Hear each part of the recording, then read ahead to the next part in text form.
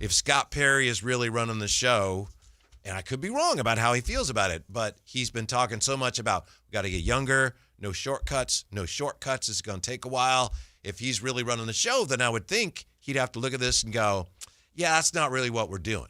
If, on the other hand, you have somebody higher up that says, hey, it's Ja Morant, here we go. And if the plans change because of that, that would tell us a lot, Jay. We'll see. That's what's most interesting to me. You know Scott Perry don't like Ja Morant, Mr. Gleason. I just think that given where he is and how much he costs and what he's been saying about, no shortcuts. He said that over and over and over. Right. Ja Morant, I think, would be something of a shortcut.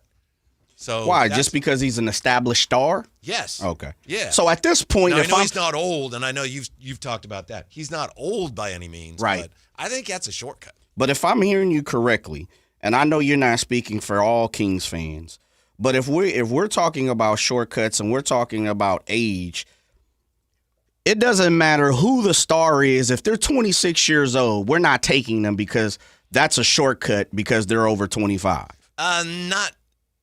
I don't know. Okay. I mean, I'm really talking. I just don't want to be, pinned down by that broad that umbrella. umbrella. Look at it. Mm-hmm. I do think that Ja, for all that he represents and all he's been, and he's only 26, but he seems like his game is a little older, has aged a little bit. Got that old man game? Well, he doesn't have the game he used to have, and that happens. Yeah. So to me, maybe I'm wrong. Like I said, Right. Maybe Scott Perry looks and goes, "That's just what we need to jumpstart things." My interpretation of what he's been saying is, yeah, Ja is more of a okay. We're gonna skip a few steps here, and I don't think Scott Perry wants to do that. Yeah, I understand what you're saying. I would say be a little hesitant, and I'm not speaking to you. I guess I'm out here sending shots to Scott Perry in the front office. Be a little hesitant of just what you said, making sure that broad umbrella can also be rung back in. Because if you have a star in this league, and if it's – and I'm not even speaking about Ja Morant. I'm just saying a star in this league, and they come available. And just because they're 26 or 27, you don't want to take them? That's fool's gold. That's why I didn't want to go there. Yeah. I think – and, again, I'm not you. I'm more speaking to the front office here and just kind of making a statement.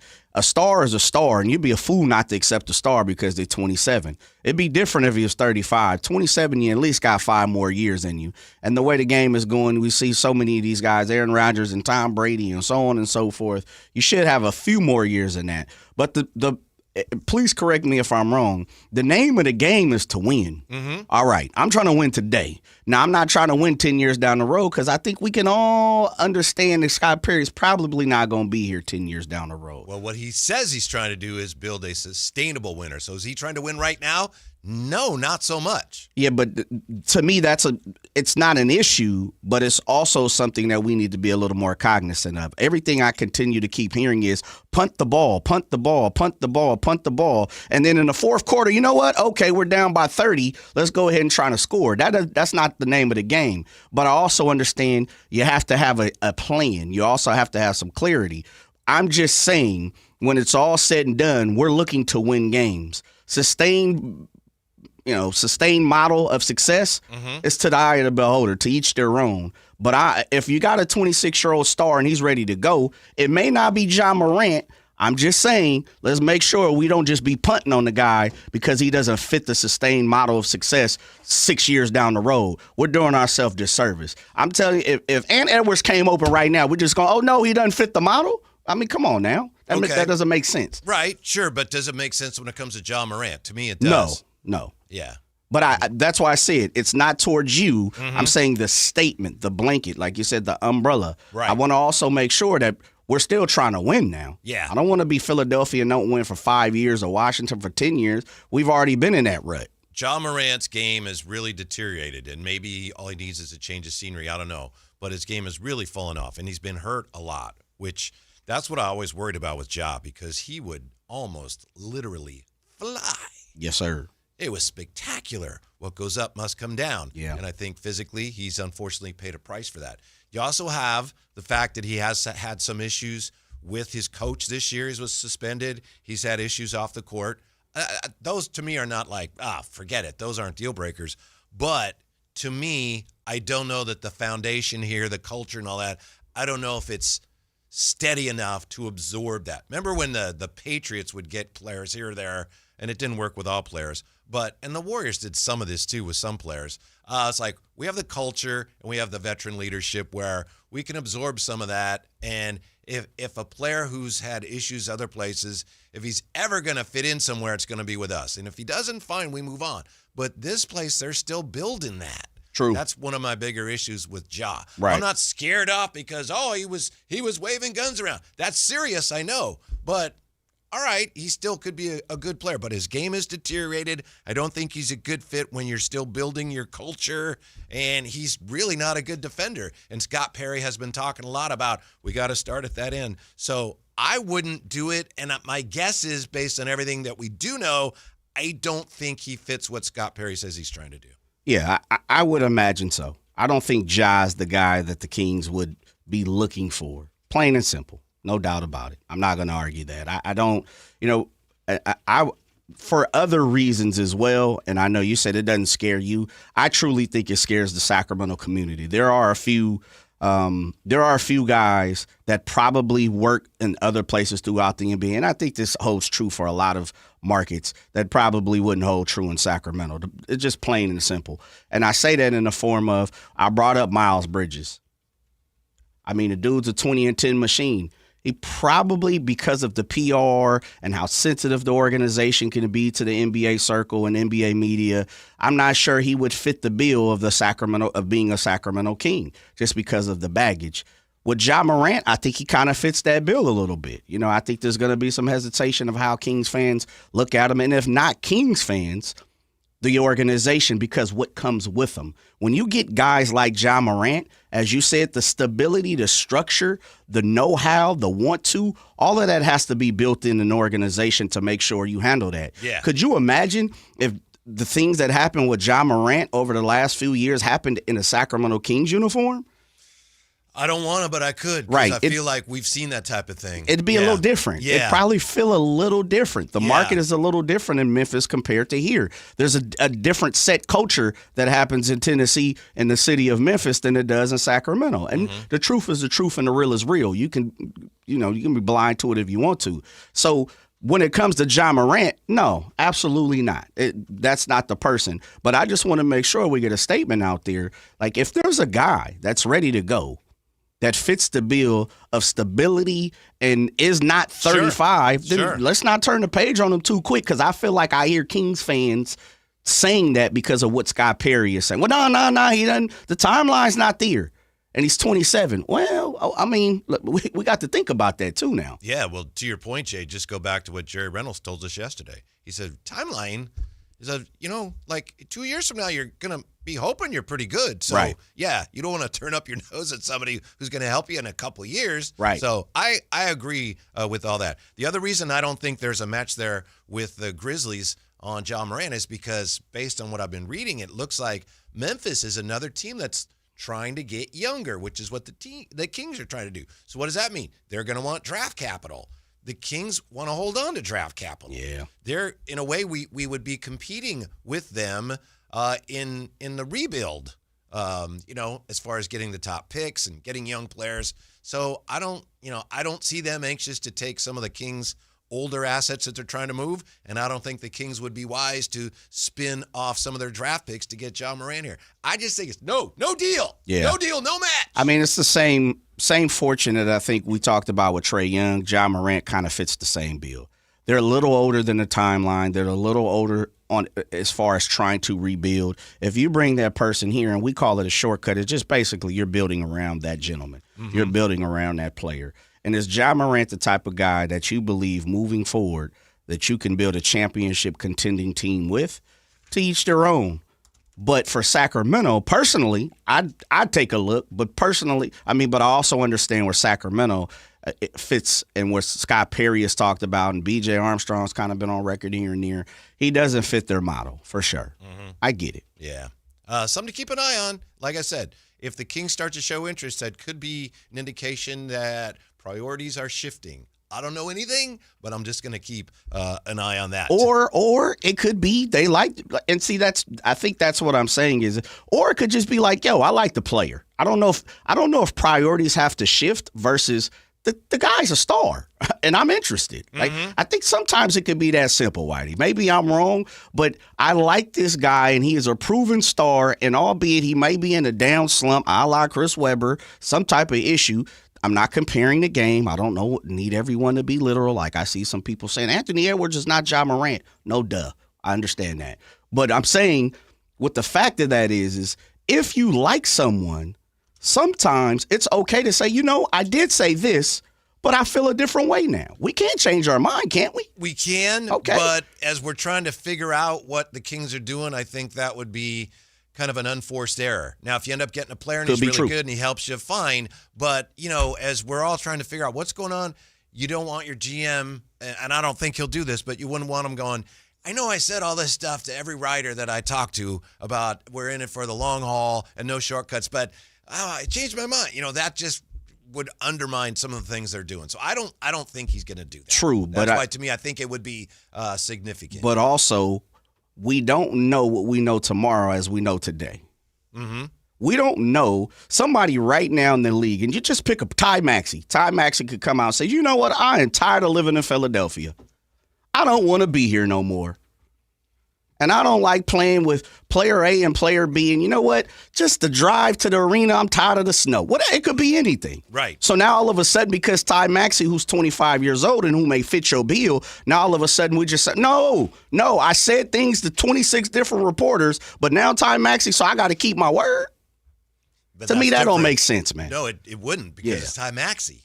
It's not Ja So it Morant. depends on the player. It does. Okay. I think it does. Well, thank you for the caveat.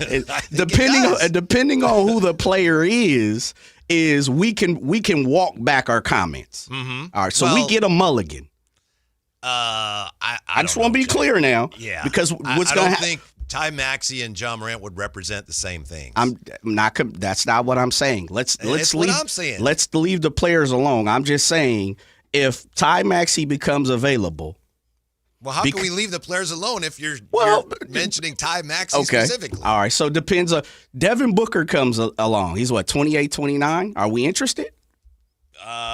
Probably would be. Okay. But that's probably not going to happen. So it deciphers on who the player is. It does. All that right, has cool. a lot to I do could with take it. that. I could respect that. Given where they are. By the way, I'm going to be interested to see if Kuminga plays tonight. I don't think he will. He hasn't been playing for the Warriors, but wouldn't that be interesting if he got a chance to play tonight? That would be spicy, Jay. I don't think he will. Wouldn't that be fun to say, what's he going to do? Of course. He's auditioning. It might be a little bit better if he's in street clothes and then all of a sudden you get a text and all of a sudden Whitey's giving breaking news. He's like, sources tell me. Hey, Kuminga was sitting there. He's not sitting there anymore. Somebody said, and it was somebody I think who used to play, I apologize, can't remember who it was, and I think they said it on a podcast. They said it's disrespectful to trade a player in the middle of a game. Trade. I did see somebody say that. I'm not a player. Then I send it to you. I think I sent it to you. That's right where I saw it. Thank you. I don't get that, Jay. It's disrespectful to trade a player right after the All-Star game like the Kings did with DeMarcus. That's disrespectful. And when you tell them something different, then now that's going back on your word. That's a little faulty. Right. Yeah. Right. But if it's a guy that hasn't been playing and he's in street clothes and everyone's been talking about him getting traded for days, to me it's like that's not disrespectful to trade him in the middle of a game unless he's playing. Then on the other hand, way back when, remember Joel Youngblood? Yeah. Yeah, Joel Youngblood he's a baseball player and he played for about 1982. He played for two teams on the same day. He got traded during the day, played a day game for, the Expos, and then he got traded to the Mets and played for them later that night. Right. Yeah. The disrespectful, no. Oh, Players play the games. You know who it was? It was Isaiah Thomas. The OG Isaiah Thomas, not the pizza guy, Sacramento King Isaiah Thomas. He's been very bitter lately. He has, man. He's been a very ornery, just getting at people. Yeah. Yeah. I know he and MJ have not been the best of buddies, but did you see what – maybe you sent that to me as well. I saw it a number of places. Isaiah Thomas says of Michael Jordan, everyone says he's so great. All he did was give you shoes and warm-ups. Bro, I know you're lying. It was Michael Jordan. Man, he did a little more than that. IT throwing everything at the wall when it comes to MJ. And I respect it, though, because he the same reason we're talking about Scott Perry and respecting his stance. I respect IT because he's just getting at him into every single form. And the other thing you have to think about is MJ wasn't MJ when IT was at his height. You know, he was he's a peon. Like he's beneath us. Right. That's the way the Pistons looked at MJ. So I can understand his his stance, but he's a little off. Yeah. Well, in some ways, he's a little off. Isaiah and the Bad Boys, they had to pass the torch to the Bulls, and they didn't want to do that, they had no choice. Yeah. By the way, speaking of shoes. Yes, sir. Jay, I know you're excited. I saw this on social media. Excited about some new J-Will shoes. Yeah, well, those look nice. Retros, the Hyperflights, they came out for a long time. Nike Hyperflights go back to the 99 season, I believe, is when he started rocking them. The purple with the black trim. But it's going to have J-Will and the number 55 on it this time. Mm-hmm. So basically like PEs. And I'm player exclusives, I should say, for people who don't know what PE stands for. And they just retro Hyperflights, and they're calling them like Hyperflight 2025s or something like that. A brand new shoe, but they're going back to kind of get the basics of what they created this new shoe about. So coming out spring, I've seen April 2026. Hefty little price on it, but 170. Yeah, I'm a little interested. Are they all purple? Are they? No, they're purple, black soles. Kind of have like black. I guess you would say like lightning bolts. You could probably say something. Kind of give you a description. I'm interested is J-Will. Come on now, and it's got J-Will 55 on the shoe. Yes. Yeah, and you have an in. You know him. So if you wanted to not rock the shoe, which I think you should, but if you wanted to rock them maybe for a year or two and then get them autographed, you up, brother. I think I'm in. Are you in? Yeah, I think I am. Are those going to be hard to get? Probably, but we know folks. Yeah, we'll make it. We'll make it shake. All right, we'll make it shake. Don't worry about it. Yeah. Big. Looking forward to that. Big weekend with college football playoff game tonight. Did you watch the game last night? Huge fan of the game last night. Found myself actually agreeing with Lane Kiffin. It was pass interference on the last play. Don't say that, Whitey, out loud. I know. I was like, I felt kind of dirty. Right. But that was blatant PI on the last play in the end zone. Yeah. Do you call it? If the Miami defender is pulling on the front of the collar of the jersey of the intended receiver, and the ball did land in the end zone, it did. If you're going to have a rule, you have to call it. It's like, well, it's the end of the game. No, that's when the rule should matter the most, in my opinion. No, it was a great game, though. Yeah, great game. Playoffs have been fantastic in my eye, minus some blowouts, but I love college football.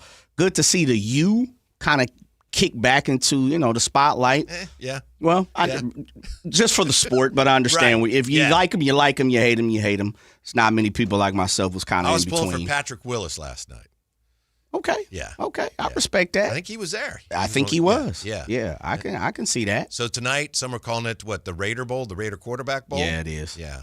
It depends. Dante Moore versus Mr. Mendoza. So it'd be interesting to see how it plays out. I really think they're evenly matched. They've already played. It's going to be a heck of a game.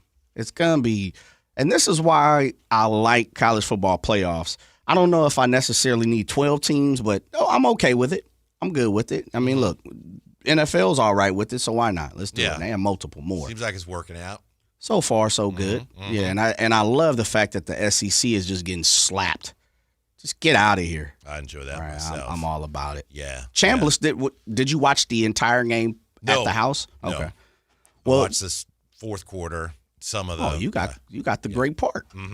The biggest question of the day is, you know what it is for me. Today is Friday.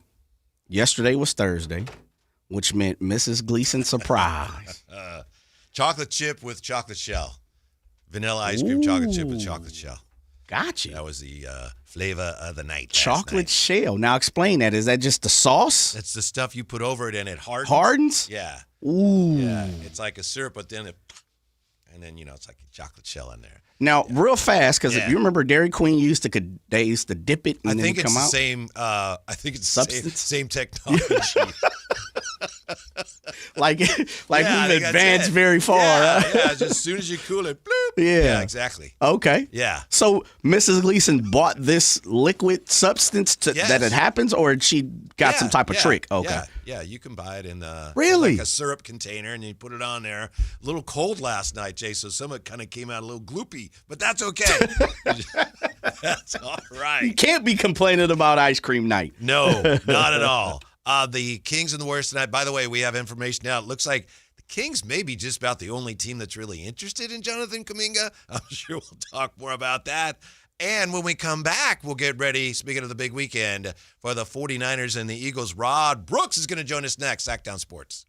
The San Francisco 49ers play on Sactown Sports 1140. Touchdown 49ers! Every game on your #1 sports station. Don't miss the action on your local sports leader. Sactown Sports 1140. This message comes from Viking, committed to exploring the world in comfort. Journey through the heart of Europe on an elegant Viking longship with thoughtful service, destination-focused dining, and cultural enrichment on board and on shore. With small ships that bring travelers closer to the destination, there's more time to explore. And every Viking voyage is all-inclusive, with no children and no casinos. Discover more at Viking.com. Welcome back to Winter Hack Radio, the place for clever hacks to survive the season. Icy driveway? Well, try spreading sand or birdseed to help with traction. Snowy puppy paws? Well, grab a whisk, brush it off, done. Catch COVID-19? Well, just get... Actually, there's no hack for COVID-19. But if you test positive, prescription medications for COVID exist. Ask your doctor if they're right for you. Visit PfizerForAll.com to learn more. Sponsored by Pfizer. Get more for your money at Elk Grove Chevrolet, where value meets style. Purchase a new 2026 Chevrolet Trax for just $299 per month plus tax. The Trax delivers more for less with a sleek design, impressive fuel economy, and tech that keeps you connected. Conveniently located in Elk Grove, just minutes from Sacramento. Visit myelkgrovechevrolet.com today for full details and see why the Trax is such a smart choice. The Sactown Sports 49ers report is brought to you by Kia of Vacaville, located beside the Vacaville outlets. The 49ers lose the season finale on Saturday night at home to Seattle 13-3. With the win, Seattle wins the division. It gets the #1 seed in the playoffs. As for San Francisco with the result, they fall to the #6 seed in the playoffs. And because of that, the Niners now will have to travel to Philly for a first-round playoff game. You can catch that game this Sunday beginning at 1 o'clock right here on Sactown Sports 1140. Football season is here at Kia of Vacaville. You can score big in a new 2025 Kia Niro LX with up to 53 MPG combined at Kia of Vacaville. Perfect for road trips, tailgates, and cruising to Levi Stadium in style and comfort. But don't wait. Inventory is limited at Kia of Vacaville, and these deals won't last long. Visit KiaVacaville.com or stop by right next to the Vacaville outlets for friendly service, easy shopping, and unbeatable value. All in one stop. Kia of Vacaville, where the adventure begins.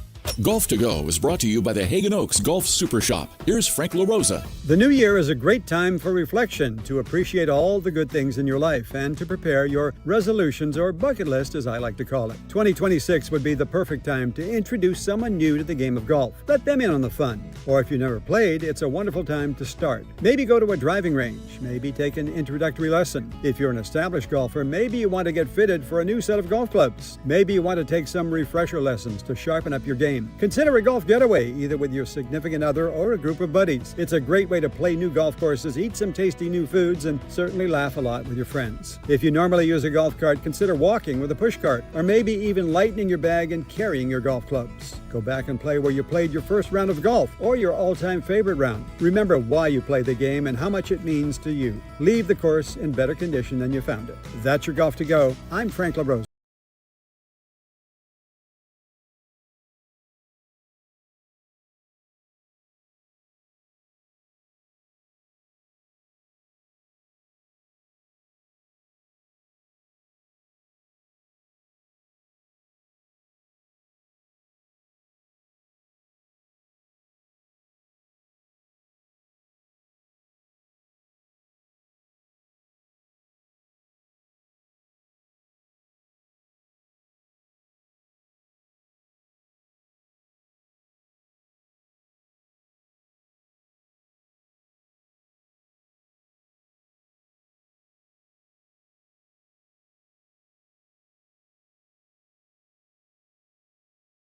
Well, actually, it was a guy downstairs who said, I kid you not, he's an AE here, and every year he does his own draft preview. Oh, okay. I don't know who reads it, but he spends a lot of time on it.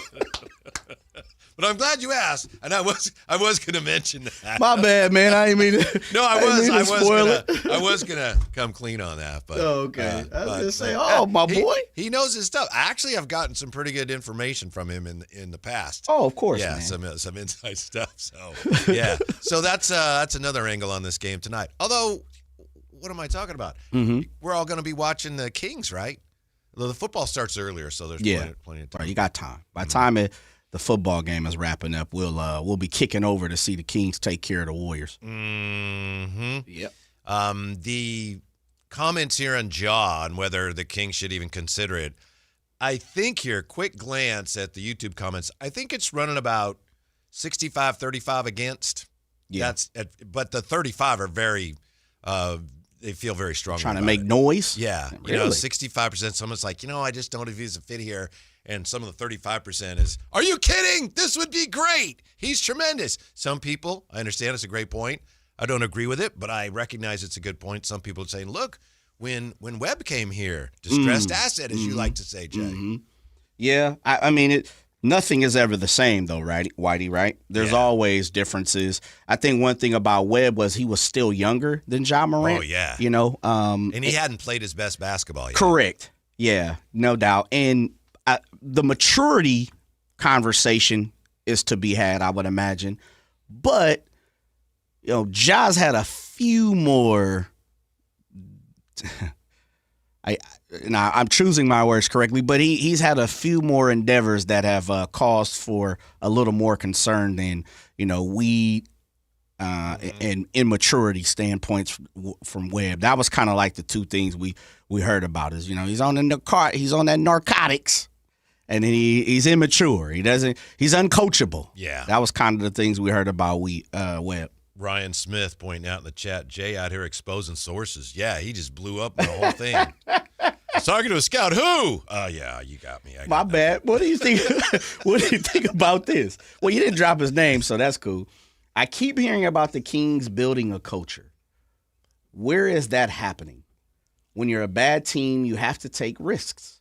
This owner isn't patient enough to build something stable. Joe from the 530. Mm-hmm. A lot to unpack there. That's why I agree with the idea that this is a real test of how committed the Kings as an organization are to building a culture and committing to a slow, methodical rebuild. That's the most interesting aspect of it to me, Jay. Because I know I think you and I kind of disagree. I think Ja would be definitely a departure from that. Maybe it works, but I'm just saying, interesting that the GM has been preaching this and this and this, and if they win Ja, to me, that would suggest, maybe we're not as committed to that. But I understand. Hey, you know what card you could play if you're Scott Perry? Opportunistic, right? It's like, yeah, this is what we said, but an opportunity arose. So we're being opportunistic. Let's see what our next guest thinks of Ja Morant's NBA future. More importantly, what he thinks of the 49ers. Put them in the blender. Yes, 49ers and the Eagles. NBC Sports Authentic, of course, 49ers analyst and insider. Rod Brooks back with us. How are you, Rod? I am doing fantastic. How you guys doing? We're doing fine. And great. I did want to just ask you a quick basketball thing with the Kings playing the Warriors tonight. We found out just this afternoon, ESPN reporting that the Grizzlies they're fielding offers for Ja, and he's been a guy that Kings fans have been talking about for many, many months now. And some people love him. Some people think it's a terrible idea. What in general do you think of just Ja's NBA future, what it might hold, and where he is with despite all his history he has? Let me get these jokes off first. Yeah, of course. Gun laws here in the great state of California are a lot stricter than they are in Tennessee. Yeah. So he's you know what, man? I mean, all bad jokes aside, I thought Ja Morant was going to be the future, not singularly, but part of the future. And to see his career, for whatever reason, off the field and on the court, and I think, a little bit of injury as well, because his whole thing, not his whole thing, but a lot of his basketball get down was based on athleticism And, injury, even if you're still a young guy, but injury in a lot of basketball can take some of that athleticism away. And I think that has hurt him. Um, he's still a really good basketball player, but clearly what we have seen with him and his pops, since they seem to be very tight, is there's an immaturity there that if it's not corralled, it can have a deleterious effect on the basketball side of it. I'm gonna leave the personal side out because that I don't know really what's going on, and that ain't none of my business. So, whatever organization decides that they want John Morant, it's got to be a strong and stable organization. Well said. I'm not saying it's not the Kings. I'm not throwing shade because I don't know. Well, I'll say it for you. Yeah, it's not. You're right. Hey, but hey, listen, y'all can say that. It's like the old joke. I can call my kid ugly, but you can't. So I'm gonna let y'all say that. I have my suspicions, but I'm gonna let y'all say that. Okay. So you have to be careful because, well, not even careful. You have to have that structure because that's how you're going to get the most out of John Morant. And the most out of John Morant, the basketball player, can be hellified. You know what I mean? So, as a casual observer of Kings basketball and how things are going, for me, I take a swing at it because really, what you got to lose? Mm-hmm. It's the way it's going right now. And I stayed up to watch that game against the Mavericks a few days ago. And what? Really? Yeah, well, I got problems, dog. I barely did, and I have to. It was hoop, dog. But no, I will say this, man, and I know I'm nipping at the hand that feeds me, but these 8 p.m. tip-offs on the West Coast, where NBC goes on the air at 8 o'clock, and they didn't tip that ball off until 8:13, 8:14, that is criminal. So that needs to stop happening. Just tip that thing off at 8:02, and let's keep it moving. But my point is that there's a lot that goes into, I think, getting the most out of John Morant, and it takes a really strong organization to do that. And maybe the Kings can be. Maybe they're just absolutely not that way at all. But if you do it right, I still think you're going to get a hell of a basketball player. And if I'm the Kings, I'd do it personally. Mm-hmm. You see that, Jay? He starts with a joke, and then he brings it home with a very salient and cogent point. I love it. Yeah. Expertly done. He's speaking to the crowd, to the 35% right now. Yeah. Because right now, Rod, it's about 65-35. No. They don't want him? Yeah. Listen, I understand it. I get it. But, it's easy for me to sit here and say this. Sure. For those of you that are living and dying with it, I understand you being a little bit more critical. I dig it. But we got bigger fish to fry this weekend. Who or what gives the 49ers a chance this week after they look so bad against Seattle, in your view? Trent Williams. Okay. Trent Williams. Trent Williams practiced again today. He's going to be listed as limited, but these are 2 consecutive practices. I've seen some footage. Obviously, know some folks who are down there who really have eyes on the situation. Trent Williams is going to play on Sunday. Ricky Pearsall, in my estimation, not so much, but I'm going to stick here with Trent Williams since he's the guy. Trent Williams, we know how important he is, and not just his singular talent on that Niners offensive line in pass protection and in run blocking, but how he affects the guy to his immediate right and the guy in the middle of the offensive line. Talking about left guard Spencer Burford and center Jake Brendel. Credit to Seattle. All right, they took apart the Niners, I think, on both sides of the ball. But Trent Williams not being there meant that Spencer Burford's job was a lot harder, meant that Jake Brendel's job was a lot harder. And it was already difficult just based on who they were seeing across the line of scrimmage, that Seattle defensive front. So having Trent Williams there to protect Brock Purdy, to be the tip of the spear for the Niners run game, which is going to be impactful because as good as this Philadelphia defense is, they are gettable in the run game because they play the run with just 7 men in the box. Light box for the Niners, with them trying to get that run game going, I think is going to be very beneficial for them. But again, his talents, Trent Williams, we understand that. But just his almost calming influence on that offensive line, I think, is going to pay dividends for everybody on that line going up against, again, a Philly team that doesn't have necessarily dominant edge rushers, but they got dudes. just like Seattle. And you got to find a way to deal with those dudes to get that Niner run game going, to be able to attack Philly on the outside edges. They give up almost 5 yards to carry on outside zone runs. We know the Niners like to run that outside zone, then hit you with that inside gap scheme. That's how you know their run game is really going. And obviously Brock Purdy, protecting him, having him be able to distribute the ball like a point guard, as I like to call it, where he's getting everybody involved. Take those shots if they're there, particularly in the middle of the field. Although Philly, they're very good at defending the pass in the middle of the field, so that's going to be a nice chess match. And I think Brock Purdy's legs, along with Jalen Hurts' legs, if he's used in the run game, I think Brock Purdy's mobility. Vic Fangio is one of the greatest of all time to do it as a defensive coordinator. And Vic, when he speaks, pay attention.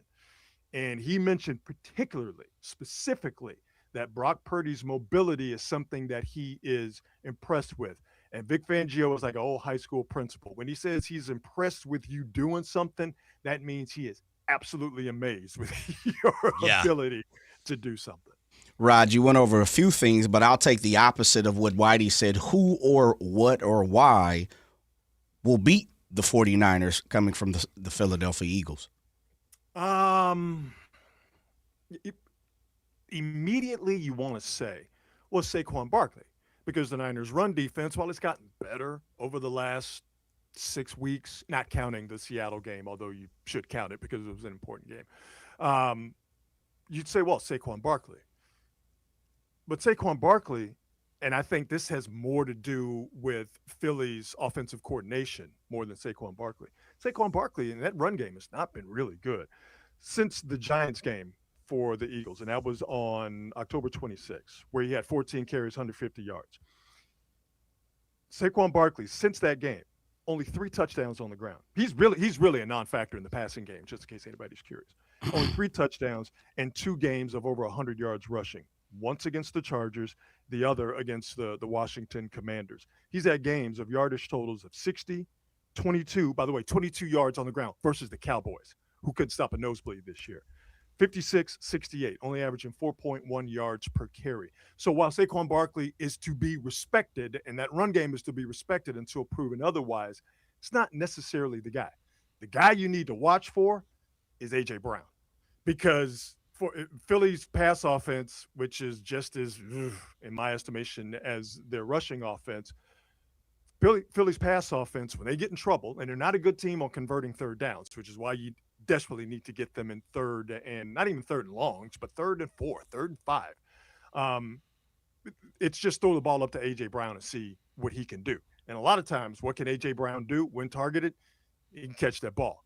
Big, strong target. So to me, the one guy to watch out for and that can hurt you in just almost a winner-take-all, just jump ball situation, and, in the fourth quarter, late in the fourth quarter, is A.J. Brown. That really he and Devontae Smith.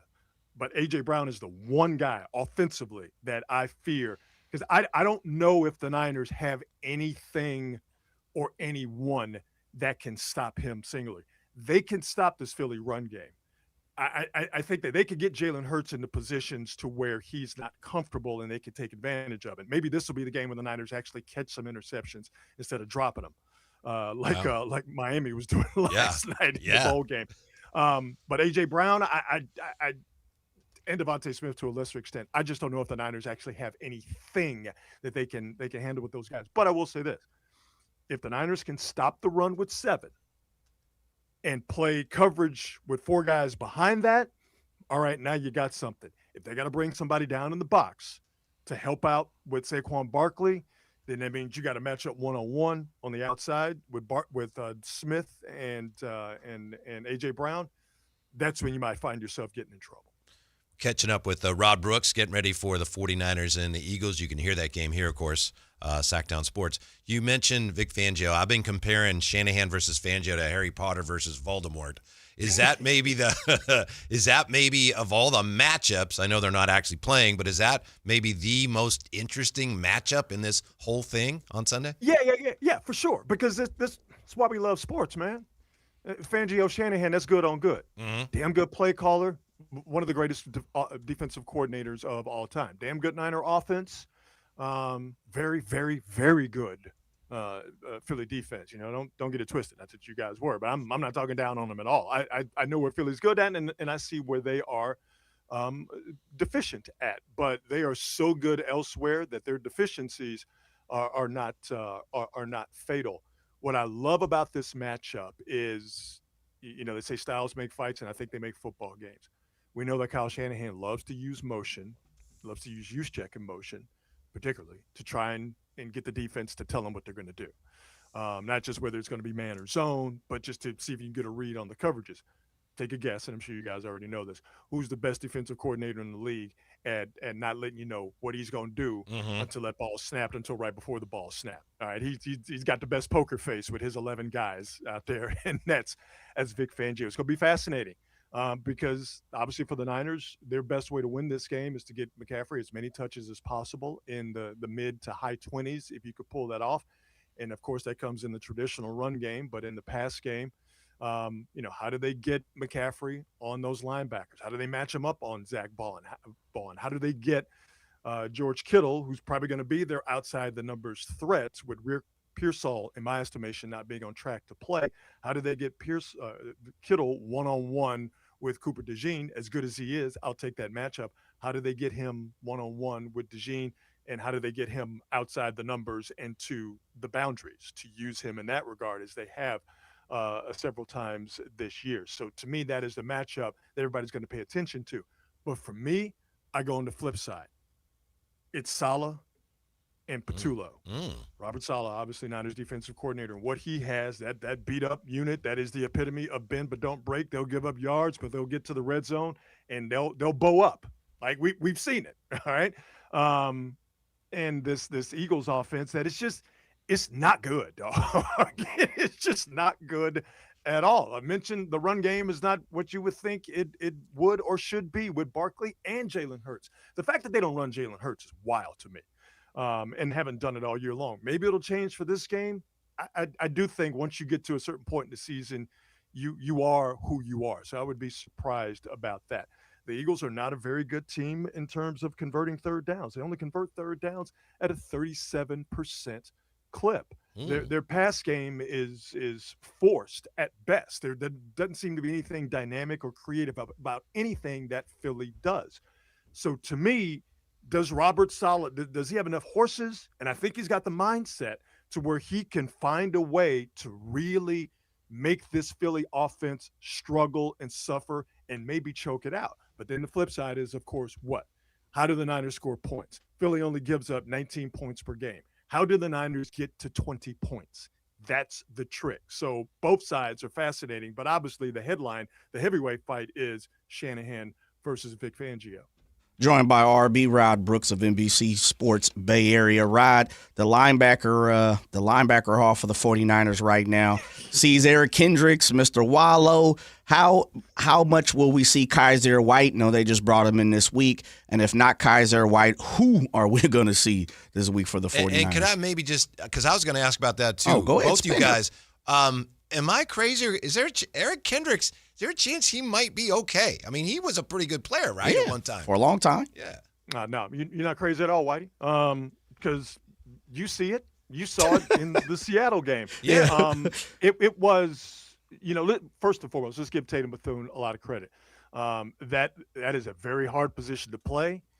Not just only the nature of the beast, middle linebacker in this league, but who Tatum Bethune was tasked in replacing in Fred Warner. So for a second-year guy to come in and play the way that he's played, I go back to the Atlanta game, which was the first game that Bethune started because got hurt in the Tampa Bay game. Fred Warner did. Bethune was just so hyped up where he had to go on the sidelines and just, had to do some Tai Chi to calm himself down. Still led the team in tackles. And he would lead the team in tackles. He did a very good Fred Warner impression for the rest of the season. But what you saw was the youth and the inexperience, problems in coverage, problems in communication. And it seemed like it all came to a head against Seattle before he got hurt. Tatum Bethune played 53 snaps, and the Niners missed 18 tackles. Tatum Bethune missed 5 of them. And you had the communication problems in coverage. Eric Kendricks comes in and played 36 defensive snaps, if I'm remembering correctly. He had 0 missed tackles, and he was a lot better in coverage. So can you extrapolate Kendricks in for an entire game? Is he going to miss a minuscule amount of tackles, and is he going to be better in coverage? I think you can. I really do think that you can. So it's not to take anything away from Tatum Bethune, but for this one extraordinarily important game, not having Kendricks out there, you could do significantly worse. And I do think that in quite a few important areas, you're getting yourself an upgrade. As for the rest of them, it's going to be an issue. Curtis Robinson, I mean, you just got let's keep it funky, dog. Not for lack of trying or whatever, but I mean, you're getting down to guys that you were never expecting to see significant minutes. So it's going to be Curtis Robinson. It's going to be Garrett Wallow. D. Winters did not practice again today with the ankle injury, so that's going to be problematic. So you're talking Kendricks, Wallow, and Gifford. Keon White's going to play on the defensive line, but I did want to mention that he's going to play. So the linebacker position is going to be a problem, and this is where, if you're the Eagles and if you had a really good offensive coordinator with a really good offensive plan, they would find a way to take advantage of that situation. Until proven otherwise, from my point of view, I don't know if they have that plan and that personnel to take advantage of the linebacker situation. So if these linebackers cut down on the mistakes, stay in their run gaps, tackle better, they can keep this Eagles running attack at bay and then allow the rest of the defense to see if they can feed on the Eagles passing attack, which is the best part of that outfit. All right, Rod Brooks, before we let you go, I know this is way down on Kyle Shanahan's list, but it's got to be on there somewhere. Who is he going to put on Big Dom? That's a good question. And real fast, before you answer that, one of your running mates, Matt Mayoko, or was it Barrows? It was Barrows. It was Barrows, excuse me. Yeah, my he apologies. wrote about this. It was Matt Barrows. He had a top 5 of who would get into it on the sideline with Dom the quickest. And number 1 was Jair. No, it was Jennings. It was Diamador. Yeah, that's right. It was Diamador Lenore. Lenore. You're right. You're right. Sorry. And I thought it was Juwan Jennings, but it was Diamador Lenore. So I also proposed that on the back end. Who do you think is going to be the guy to get into it with Big Dom? I could see it being Juwan Jennings, and here's why. Juwan, because he did this in the Seattle game. The blocking. Juwan Jennings, you see it? He loves to block dudes into their own bench. Now he'll do it into the Niners bench, but that's probably, you might get a flag if you do that. But if you drive a guy all the way into his bench, the official is going to be so focused on getting you out of that bench area that they're probably not going to even think, because I don't think it's a foul anyway, but they won't even think about calling it a foul. I could see Diamador, I could see him driving one of the Eagles into the bench, and then Big Dom come over there all sweaty and like, hey, what's you doing? That's a spicy meatball. That's probably somewhat offensive. I shouldn't have done that. But anyway, I can see Big Dom coming over there and with cheesesteak stains on his shirt. Yeah. And Jennings getting into it with him. So, yeah, I'm gonna go with Juwan Jennings. And I would like to apologize to the greater Sacramento Italian-American community. I'm sorry. I think we're good. Yeah. Thank you. We appreciate the insight as always. We'll see you on the TV, and we'll talk to you next week. I'm hoping. Yes, sir. Yeah. Appreciate you, RB. Always looking forward to it. Y'all have a great weekend. You too. Take care. Rod Brooks with insight on the Kings and the Ja Morant situation. And we'll get back and take a look at that, as well as a look at the NBA team that is sneaking up on everybody right now. That and more next. Drive Guys, Sactown Sports.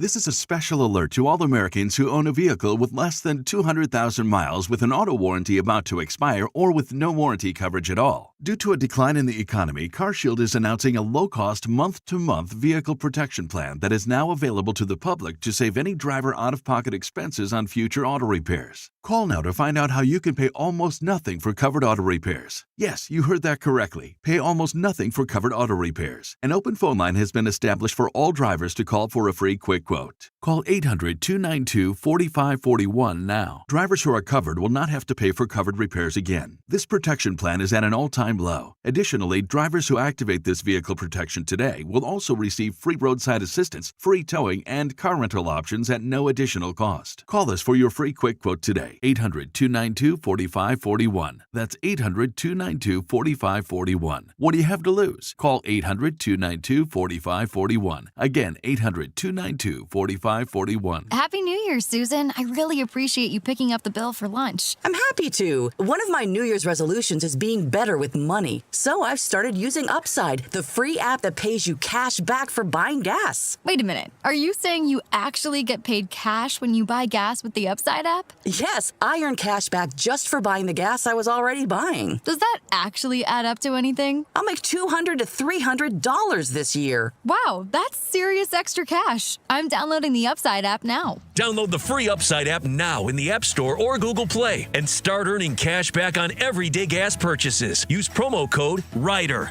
for a 25 cents per gallon bonus on your first tank. That's up to 50 cents per gallon on your next fill up. You can cash out anytime, right to your bank account or a gift card for Amazon and other brands. Just download the free Upside app and use promo code RIDER for a 25 cents per gallon bonus on your first tank. That's code RIDER. Code RIDER. Offers vary by user and location. Go to upside.com for terms and conditions. Guys, feeling low energy or low drive? It could be low testosterone. At Revive Men's Health, start with a free T-check and consultation. And this month only, qualified patients may receive 25% off TRT. Book now at ReviveMen'sHealth.com. Terms apply, must medically qualify. Tune in every Thursday, Friday, and Saturday for the Toyota Tahoe Report with Johnny Mosley and me, Elena, bringing you the latest weather conditions up at Tahoe. Brought to you by your local Toyota dealers. Toyota, let's go places.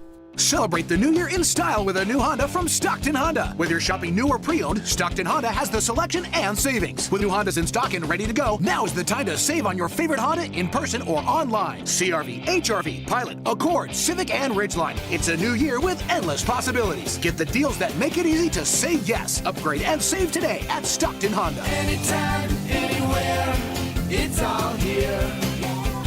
StocktonHonda.com. This is the story of the one. As a safety manager at a manufacturing plant, he does everything he can to keep his coworkers safe. From finding ways to reduce risks to keeping safety supplies in stock. And for that, he relies on Grainger. Grainger offers a broad range of quality products and next-day delivery, so he can always play it safe. Call 1-800-GRAINGER, click Grainger.com, or just stop by. Grainger, for the ones who get it done.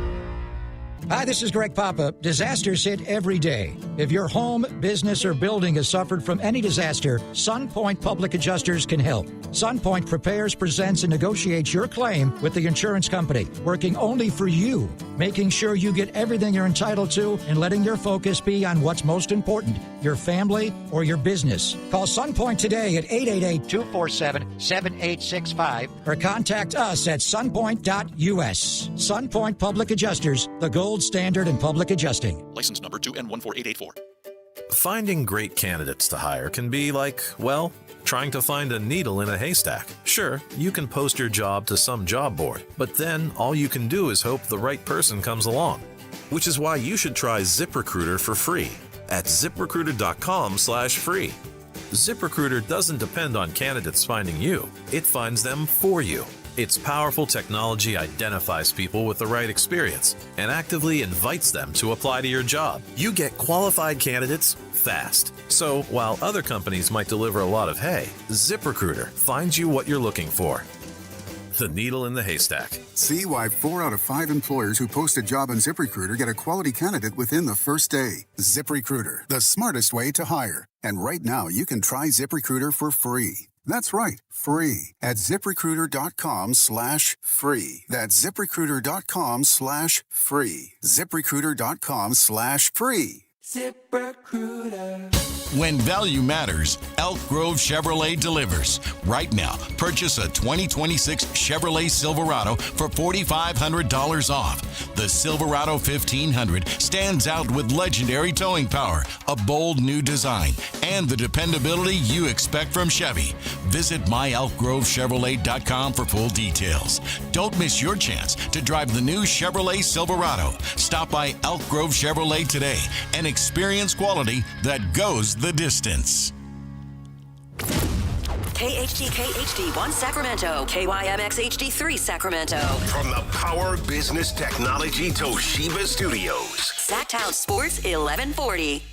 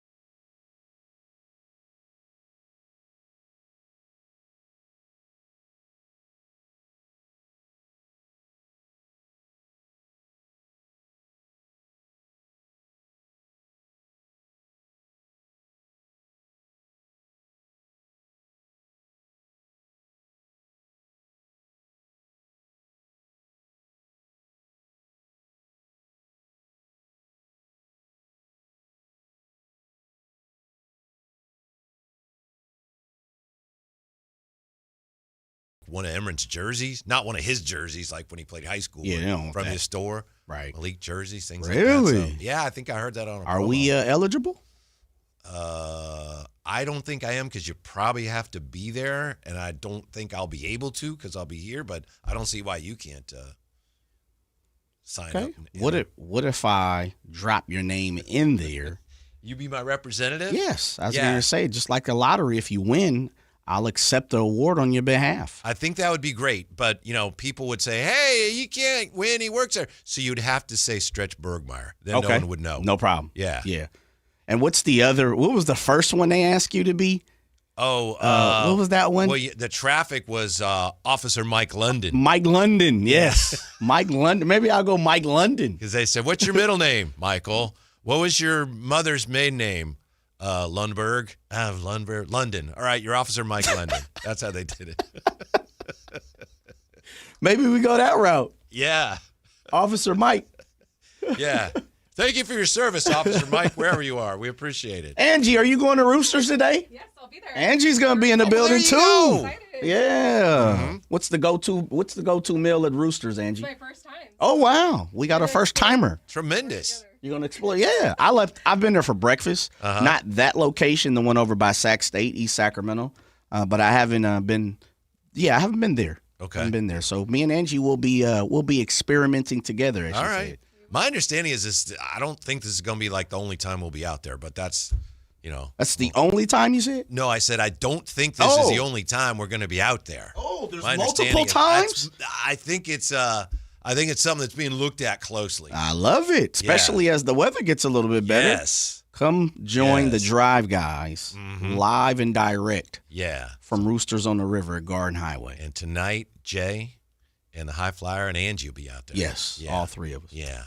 Is John Morant going to be in town anytime soon, Jay? The Memphis Grizzlies are entertaining offers to potentially move two-time All-Star John Morant ahead of the deadline. Sources told ESPN that was today's news. Let me ask you this before we get any further, and I appreciate this. You point out often when we have this trade story, that trade story, you say, it's nothing new. Do you consider this something new? Because I think it is. It is. Yeah, if the Grizzlies for the first time are saying, all right, what do you got? Yeah, it is. Because just a few months ago, and I don't remember who was reporting, we have so many great NBA insiders and reporters. They were saying the Memphis Grizzlies were telling them, they were hearing sources were saying that the Memphis Grizzlies want to build around Triple J and John Morant, and that he was not going anywhere. Now, for whatever reason, it has changed, and now they're talking about receiving calls, picking up the phone. Yeah. That's the first time I've ever heard of that. Mm-hmm. Memphis is, according to this report, they're looking at multiple paths forward. They've got some young players like Cedric Coward and Zach Edey, Jalen Wells, Cam Spencer, who have played well. So they're thinking about building around them and Jaren Jackson Jr. And, of course, the Grizzlies say, which is what teams say, they're also open to continue on with Ja as a focal part of their retooling, which is what you say when you're trading somebody, right? Like, we're fine if we don't trade him at all. We really want to keep him, but what would you give us for him? Right. What can we get? What can we get? Yeah. Just per se, if I was to just throw his name out there, yeah, would it interest you? Yeah. But we're okay if he stays there. You know what, Ja? Keep your house. Don't sell it. Make sure Papa Moran is still in town. Don't let him leave. Mm-hmm. But you might want to start looking into some Airbnbs. Verbos. That's what the Warriors just did, right? And Slate's called them out. I was posturing, but we'll be fine if we keep Kuminga past the deadline. We're okay with that. Yeah, sure you are. Okay. Slate's definitely called them out. Yeah. Real fast. Sources tell me, someone that is close to Whitey Gleason, all you can eat enchiladas at Roosters for the soft dub, $20.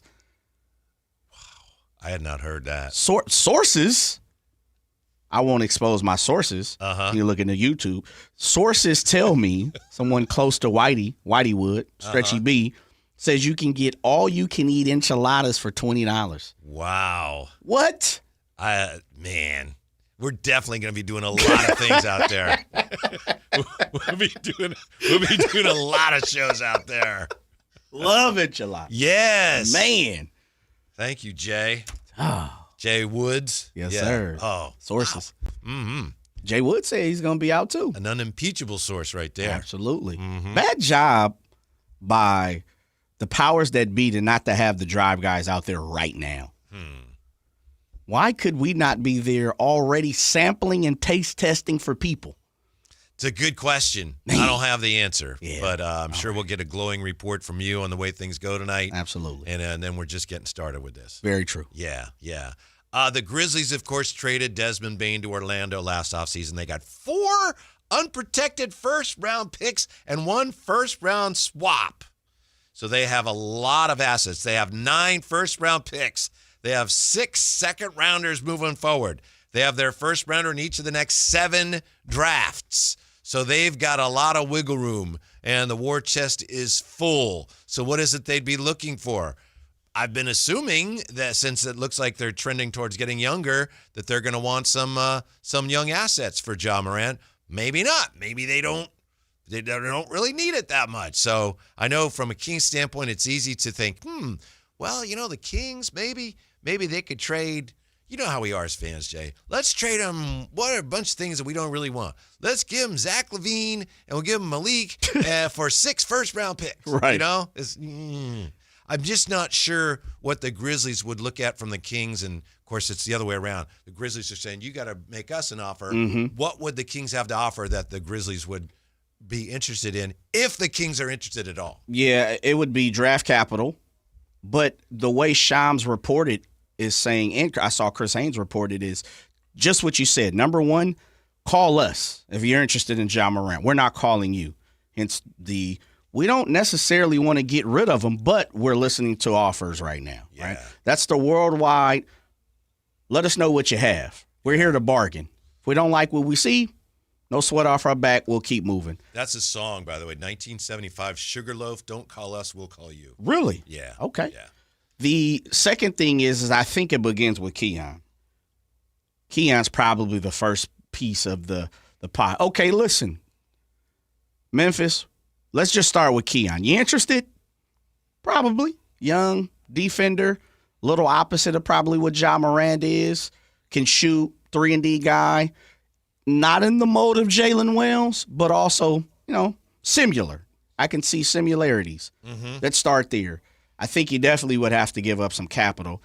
Anytime you're talking about a star in the league with the star name, you're giving up some type of capital in the draft. Vincent Ramirez here in the YouTube chat says, I would rather have Ja than Kuminga.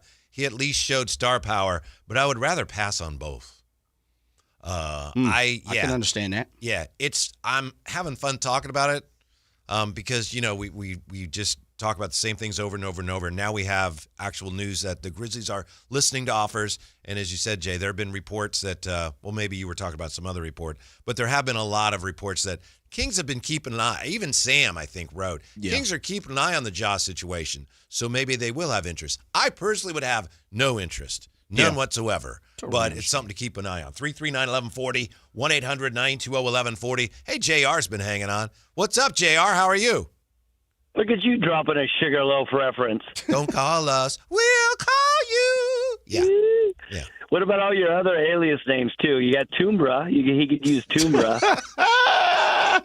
Jay, do you know that, Jay? I that know. Man used to have every name under the moon to have his little voices and his voiceover songs and all that. Creepmeister Maximus, you could use that. Yeah. Creepmeister Maximus? I was on Fright Night. That was my title. Really? That I gave myself, Okay. Yes. Yeah. Maximus using some Greek god stuff. Hey, I love these trade rumors with Jay. I don't know. What do you think? Maybe a washer and the Coke machine for him? I mean, what are we doing here? You don't want John Morant? You're not interested? Well, I mean, our gun laws are hard here, so I don't know what he can do. So we got to be careful on that. Right. Reaching for it. But I actually just wanted to call and say my Niners are going to do well in Philly. That's all I wanted to tell you. All right. Yeah.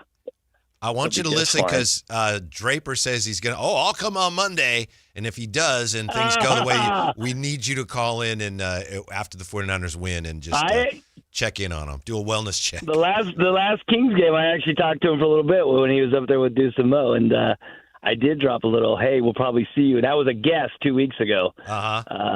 And now we are going to see Big Dom and the Phillies. Yep. So 100% I'm calling in. I don't, Yep. No matter what happens, I'll call in. He'll say, "Oh, my guy." Yep. See you guys. Thank you. JR with us. Creepmeister Maximus? Creepmeister Maximus was my official title that I gave myself when I was hosting Friday Night Theater. Nothing better than Stretchy B. Stretch Bergmeyer's takes the cake. It's come all the way around because for years I was like, I don't even want to tell you what they call me. And now it's really catching on. It is, man. We might have to develop a tee or something, a hoodie, Stretchy B.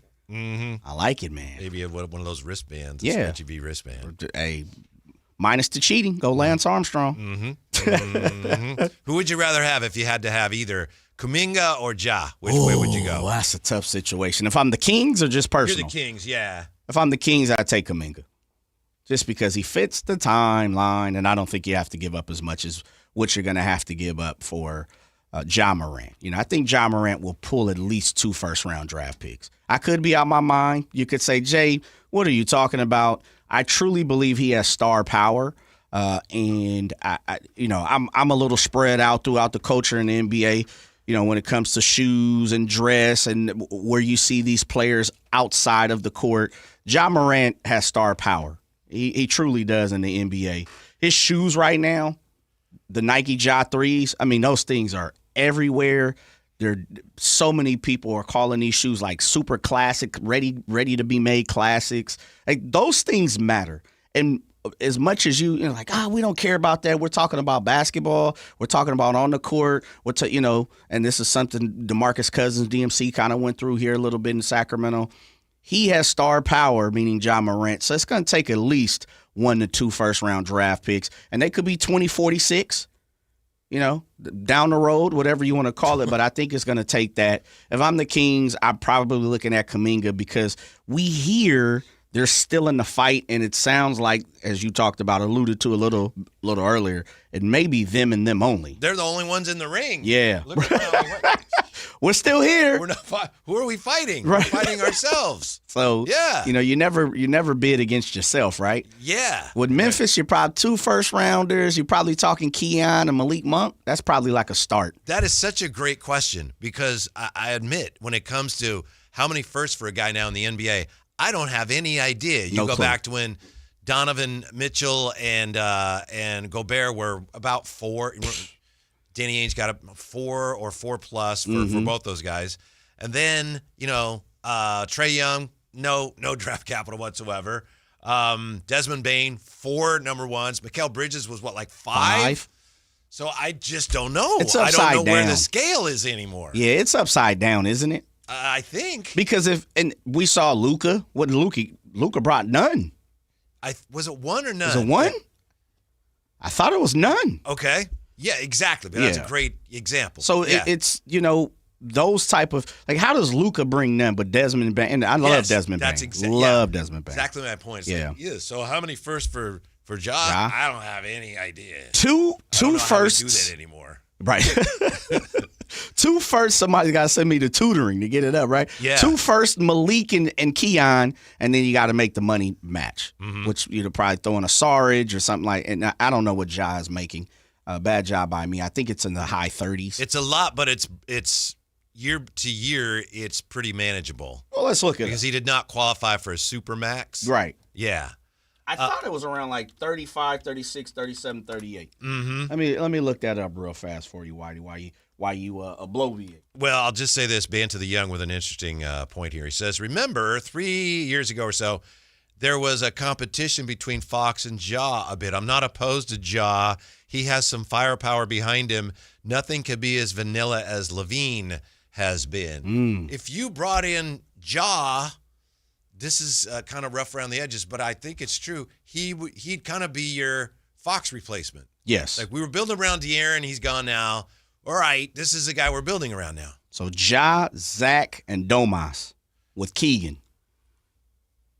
See that now? That's if you do that, and then you spin on DeMar, and hopefully you get a and you hope that you end up with a really Bobby high pick. Portis. Yeah, it's called like that. I don't know. Yeah, and you hope you end up with your guy AJ or somebody in the draft, A young person. Yeah. But if you do that, and maybe it would work, but that clearly is you're not in it for the long haul. You're like, all right, here we go. We're turning this thing around as quickly as possible. How about this? Nothing wrong with that. It's just different from what they've been saying they're going to do. Definitely. $39 million is what Ja's making this year. He's on the hook for the next 2 years, 42 and 44, which it sounds bananas. But for a star, that's not a lot of money. It's not. It's not a lot of money. Yeah. It leaves you a little bit of room. If he plays like he played a few years ago, it's a bargain.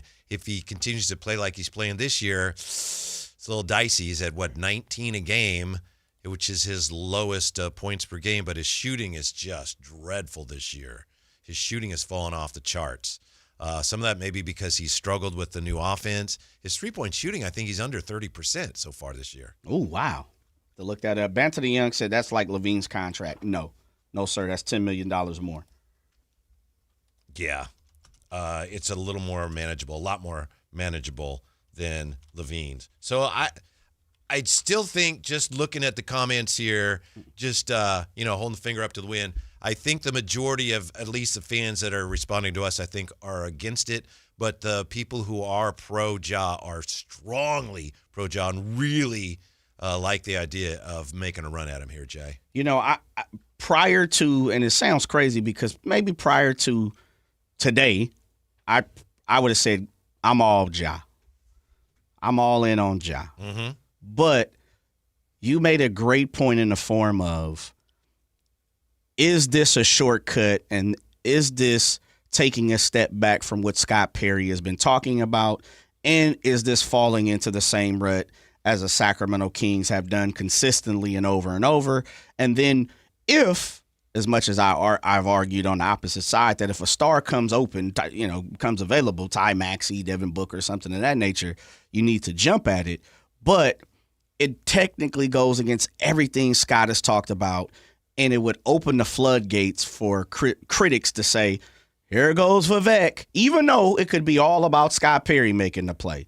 And then that causes strife in the organization, and then now we got to answer it. And that's why I continuously say the Kings have to be very, very picky on who they get, because this organization truly, in my opinion, and I'm just speaking for myself, and I think you agree with this, I'm not sure this organization right now, currently, the way it is structured, is able to receive every single star. I'm not sure they can support every single star throughout the NBA. It sounds crazy because you're like, man, a star is a star.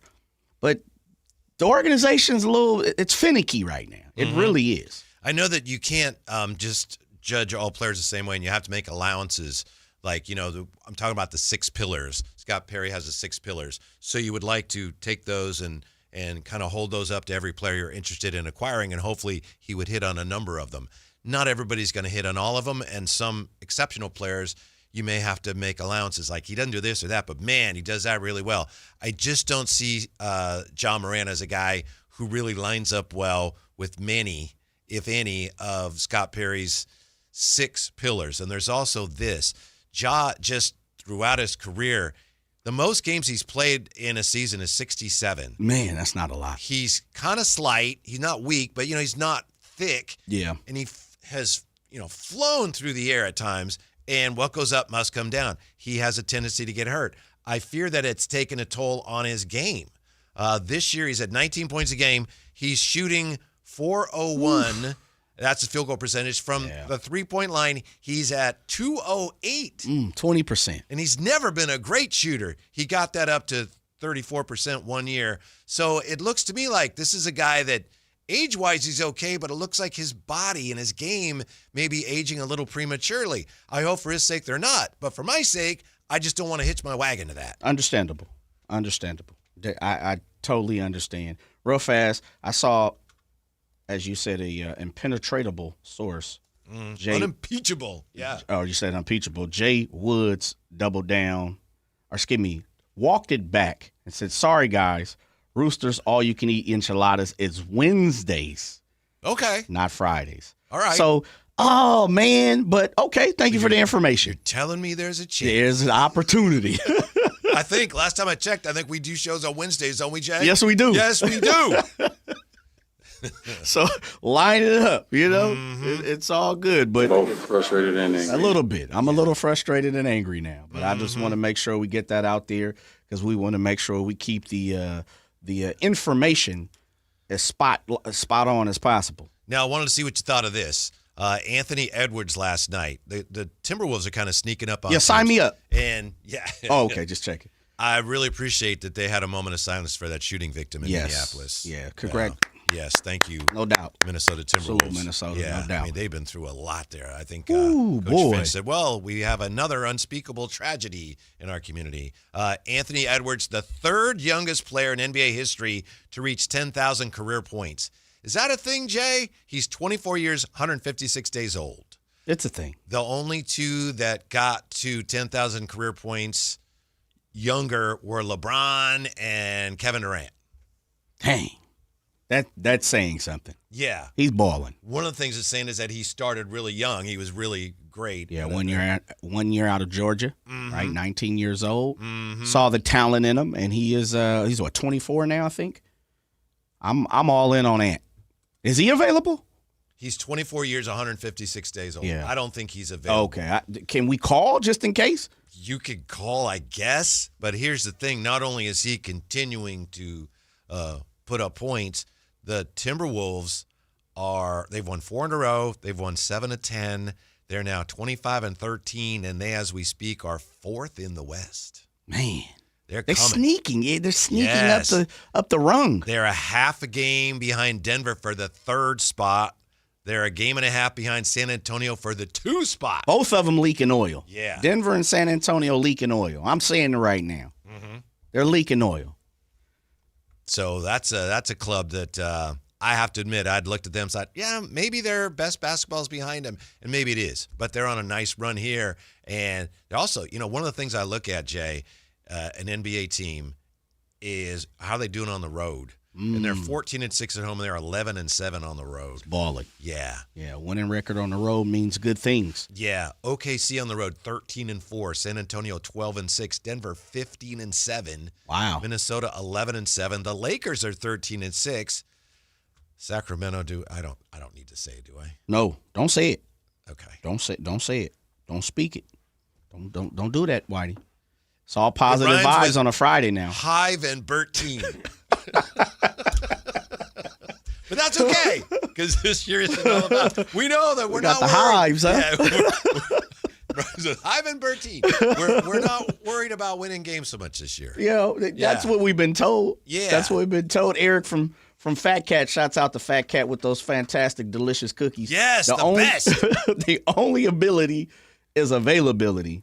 Hard pass on Ja. Mm-hmm. I think it's creeping up more towards 70-30 against.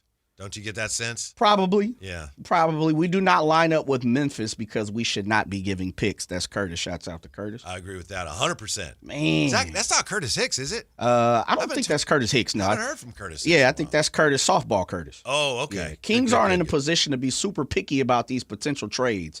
We're pretty much last in offense and defense, Whitey. Nobody wants our players and not sure players want to come here, Whitey. Not sure Perry can fix anything, Jeff. Okay. They definitely got to be picky. The last thing you do is, I don't know, we'll take anybody. Jeff was talking to both of us. I was just, and everybody, actually. Jeff. Yeah.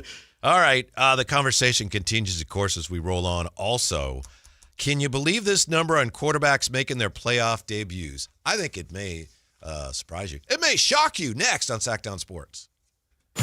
The San Francisco 49ers play on Sactown Sports 1140. Touchdown 49ers! Every game on your #1 sports station. Don't miss the action on your local sports leader. Sactown Sports 1140. Dan owed an unbelievable amount of money to the IRS. I got behind on my taxes. It's a horrible feeling. He was in denial. And when I got those letters from the IRS, you wanted to act like they didn't exist. Finally, Dan turned to Optima Tax Relief, the leading tax resolution firm. A+ rated by the Better Business Bureau, they've resolved over $1 billion for their clients. Optima got me a settlement with the IRS. These people are really people-friendly. It was every bit of a new lease on life for me. The fast action and the great results made Dan's head spin. I felt like I was in a dream, but it's real, and I have paperwork to prove it. They got the job done, and life is good. For tax help you can trust, call Optima now for a free consultation. If you're worried about what's going to happen with the IRS, stop worrying. Make the call now. Call 800-343-6460. 800-343-6460. 800-343-6460. Optima Tax Relief. Testimonial from an actual client. Some restrictions apply. For complete details, please visit OptimaTaxRelief.com. Welcome to the Bar None Auction. Bar None Auction is selling thousands of items this Saturday, January 10th in Sacramento. Large farming and construction equipment, cars, trucks, and industrial supplies all sold to the highest bidder. Always open to the public. Visit barnoneauction.com. So, guys, feeling low energy or low drive? It could be low testosterone. At Revive Men's Health, start with a free T-check and consultation. And this month only, qualified patients may receive 25% off TRT. Book now at ReviveMen'sHealth.com. Terms apply, must medically qualify. Never have I ever called my sister from the finish line of my first marathon. Hello? You won't believe where I am. Are you running? Mile 26. I'm gonna make it. Switch to T-Mobile's 55 Plus plan and get iPhone 16e with its advanced camera system on us. Plus, 2 lines for just $30 a line. Guys, I can't believe it. I knew you could do it, babe. That was amazing. Mom, how do you feel? I feel great. I can't feel my feet. Let's take a picture. And then you may carry me to the car. Share every stride, every mile, every memory on America's best network. Switch to T-Mobile's 55 Plus plan and get iPhone 16e on us and 2 lines for just $30 a line. With 24 monthly bill credits and 2 eligible port-ins on Essentials 55 Plus for well-qualified customers with autopay, plus taxes, fees, and $35 device connection charge. Credits end and balance due if you pay off early or cancel. Contact us. Finance agreement 128 gigabytes, $599.99 required. Best mobile network in the U.S. based on analysis by Ookla of Speed Test Intelligence data 1H 2025. Visit T-Mobile.com. Big savings are back at Folsom Lake Honda, your one-stop Honda shop. Looking to own or lease? We have options for everyone. Plus, lower interest rates at Folsom Lake Honda make for lower payments. It's no wonder Folsom Lake Honda is your one-stop Honda shop. Get an instant cash offer for your trade at FolsomLakeHonda.com. We'll buy your car whether you buy from us or not. Visit us today at FolsomLakeHonda.com. Folsom Lake Honda. Yeah, your one-stop Honda shop.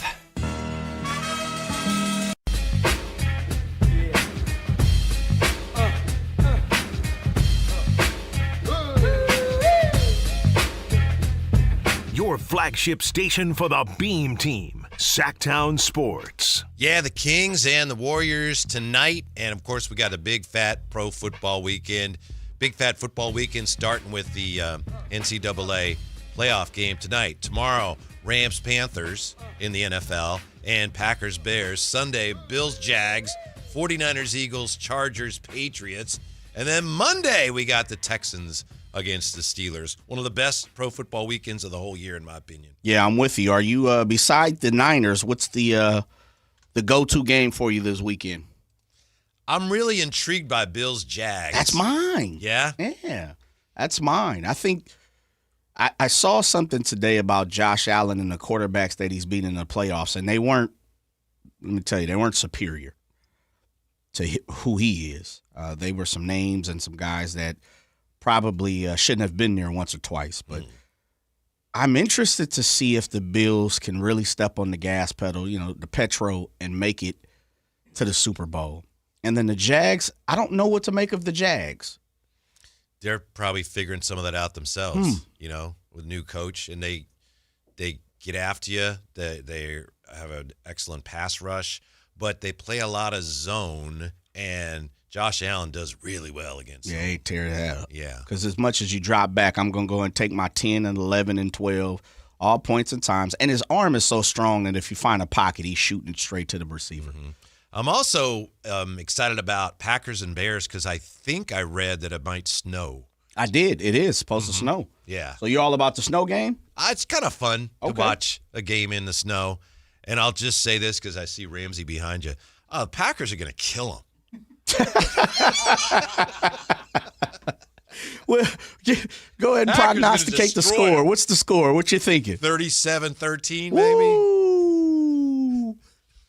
I'm just kidding. Get your brisket out. It's a smoke out, huh? That's right. Overnight? That's right. I got you. Some smoke, smoked Gouda. I don't know. Yeah. How about this? This is from Vic Tafer, friend of the show. He wrote this today. He said, here's a parlay for you. Take the Bears, Panthers, and Patriots. Bears, Panthers, and Patriots. The three teams with quarterbacks making their playoff debuts. Ooh. And here's the number. Okay. He says, since 2021, quarterbacks who have made their playoff starting debut in a home game, Burrow, Brock Purdy, Trevor Lawrence, and C.J. Stroud, are 4-0. Really? Since 2021, quarterbacks making their playoff debuts at home are 4-0. Caleb Williams, he says, will definitely have a lot of confidence as he made the throw of the season to beat the Packers in overtime 3 weeks ago. Man. I know. I've been waiting to see which of these young quarterbacks going to crumble like cookies this weekend. Like the fat cats. Mm-hmm. No, they don't crumble. No, they don't. Yeah. Unless they're, melting. Mm-hmm. Panthers have a shot at the Rams. They beat them once. Absolutely they do. Do they? Yes, they do. Absolutely. Come on. They're 8-9. Banter said that's the game he's looking for. Of course they do. Why not? They've already beat them. Mm-hmm. The Rams have struggled. I know they looked pretty good against Arizona last week. Well, everybody does. Yeah. For a little bit. I mean, at the back end, you could say Arizona they did have a lead, right? Into the late third quarter, early fourth. But, they were right there. What would be and we'll just take the 49ers Eagles out of it. Sure. So we'll get emotion out of it. What would be your lock of the weekend here? Not points-wise. You could do it point spread-wise if you want, but who's going to win this weekend? I think I think it's going to be New England because the Chargers' offensive line have so many problems. Yeah. And colder weather, I assume, against New England. I think New England handles the Chargers this weekend. I'll be pulling for the Chargers. Yeah. I would be, but I think that's the one to me is like, there's your winner. Lock of the week for Lock me. of the week. Lock it up. Yeah. Texans. Defense too strong for Pittsburgh. Pittsburgh's fool's gold. They're fugazi. Not real. I think Aaron Rodgers, kryptonite, as quick as he's going to try to get it out like he's playing Myles Garrett. That defensive line is tremendous. And the 49ers handled Aaron Rodgers a lot of times because their defensive line was tremendous. He can't move anymore. And it's not like, he's crippled. He's out there with a walker. But I'm just saying he doesn't have mobility. His arm is his major key. And the one thing that Houston does is they put pressure upon pressure upon pressure on the quarterback. And their back four, tremendous. Kingsley, they're good. Stingley is good.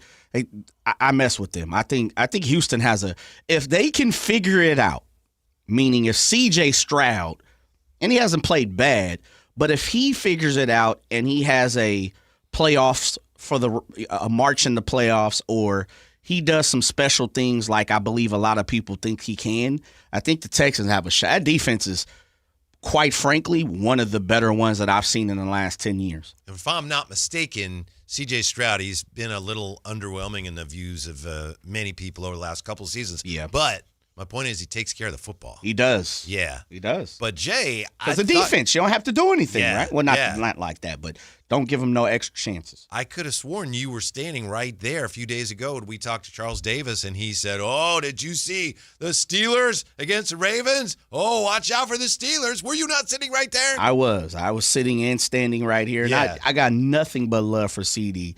He's been gracious ever since I've even first talked to him.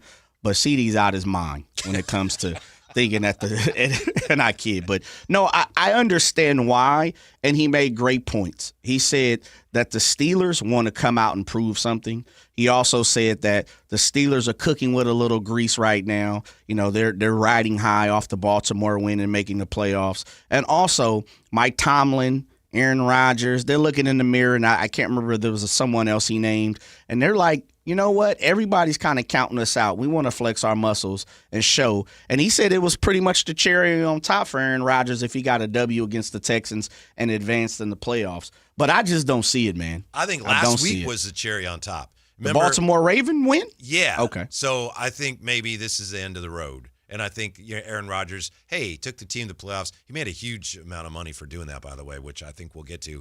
But I think that's the end of the road. Remember, if you watch the game, you heard Troy Aikman, if you watch the 49er game, he said multiple times, whichever team loses this Seahawks 49er game, they're going to have a hard time next week. I think that also applies to the Steelers. I know they get an extra day because they play on Monday, but I think that definitely that they're going to be feeling the after effects of playing that game against the Ravens on Sunday night this week. Yeah, you might be right. I'm with you. I'm with you. I hear you with me. The Texans. What's the absolute upset? What are you calling an upset? What is your upset? For me, it'd be those Carolina Panthers. Be the Panthers? Team with a losing record. You calling it, or are you saying that would surprise you? Oh, okay. Yeah, you just asked what would be the biggest surprise. Yeah, for me, I'd probably say the Panthers too. Yeah, it reminds me of years ago the Beastquake game. Remember, Seattle won the division at 7-9. 7-9. The Saints came in defending champions, and the Seahawks knocked them off. Yeah, Marshawn was rumbling. Yeah, and rumbling. Yeah. Rico Dowdle, he's going to be Beastquake, Dowdlequake. Yes, sir, Dowdlequake. You know who I'm hoping wins? No, Chargers. Okay. Yeah, I'm pulling for the Chargers. I'd like to see the Chargers and Harbaugh make a run. And a run could just be one game and then you get slapped around the next round. But I want them. Chargers fans have had it so tough. I would like to see them win. Again, I already said I don't think they will because of their line issues, offensive line issues. I would like to see them win because I don't think Herbert gets the respect that he should, and a big part of that is, he doesn't win in the postseason, so it'd be nice if he actually did that. Well, get one and beat the other. Drake May is quietly, and as we talked about Anthony Edwards moving up the rung, I think Drake May is quietly becoming one of the golden boys of the NFL. Yeah, and it makes it better because he's in a Patriots uniform, and you can put the mystique. Oh, he's Tom Brady's heir, and you know what's coming. Even though Tom Brady is finessing this game in Las Vegas. I'm not ready to crown Drake May yet, so I'm pulling for Herbert. I'd love to see. And plus, the Patriots have won enough. Get them out of here. Mm-hmm. It's time to move on over. Tom Brady's commercials usually drive me crazy, but I have to admit, the Pizza Hut one is kind of It's funny, man. Yeah, okay, good. It's funny, yeah. When the old lady takes him Smacks out. him. Yeah. It is funny. Yeah. It's like, come on, Grandma, pull an audible. I'm with you on that one. Yeah. Does Tom Brady get under your skin? Yes. Really? Why? Because he seems so almost artificial. Like he's trying to, I don't know. It's hard for me to explain, but what I mean is he doesn't seem that natural. There were times when he's playing and he'll go on a podcast and you could tell he's really talking, but maybe it's since he became an announcer. I feel like I'm an announcer now. I'm Tom Brady. And it's like, no, just be yourself. I just feel like he's not himself. Okay. If Tom Brady can't be himself, yeah, who can? Let me ask you this. I know we've touched on this before, but I want to circle back to it because here we are talking about the playoffs, the Steelers in the playoffs, and we had the story this week from Anthony Slater in ESPN that reminded us that Scott Perry is in some ways building the Kings according to the Steelers blueprint. So the GM wants the Kings to be the Steelers. Hopefully they can be like that in the future. But what NFL team are the Kings most like right now? And if we're being honest, I think I'd have to say Cleveland, because they just can't get out of their own way. Yeah, I think, did we do a comparison like this? We did talk about it before, yeah, and I think I might have said Arizona, but I think, there's people in Cleveland. I just read a story this week where, the owner may be too involved, and I was like, I've heard that before. And, you could make the comparison. I know. And their championships are way in the 50s. Yeah. Tyrese is better than Baker Mayfield, but when they got it right, they drafted the guy. They ended up getting rid of him, kind of like the Kings did when they got Halliburton. Man. You might be right. The difference is Cleveland actually has a pretty good defense. They are doing something right here. Yeah. I was going to say, if it wasn't Cleveland, could it be the Raiders or the Bengals? Those are two that popped into my mind. Mm-hmm. The other, and I'm trying to, because Cincinnati has had pockets of being good. They have. Yeah. 80s, of course. Yeah. Chad Johnson, TJ, and Carson Palmer, they made it to the playoffs a few times. Super Bowl appearances, did not win, as you know. Yeah. Same thing with Vegas. And again, going back, and I know, Vegas won their championships a lot more recently, and that's not saying a lot, than the Kings organization, Kansas City, Cincinnati. I get it. But yeah, maybe I'll pick one. If you go with the Browns, I'll say the Bengals. We're going to stay in the state of Ohio. Yeah. Hard to argue. Mm-hmm. But they're going to become the Steelers, turning it around. Okay. When we come back, when it comes to Kuminga, are the Kings really just competing with themselves? Next, Sactown Sports. Download the Sactown Sports app. Sacramento sports in your pocket. This is Sactown Sports 1140. Planet Fitness has everything you need to start strong, so you can give everything you've got. From plate-loaded strength equipment and functional training areas to treadmills, stair climbers, and free weights. Our equipment is best in class, and our clubs are right around the corner, so you can make this your strongest year yet.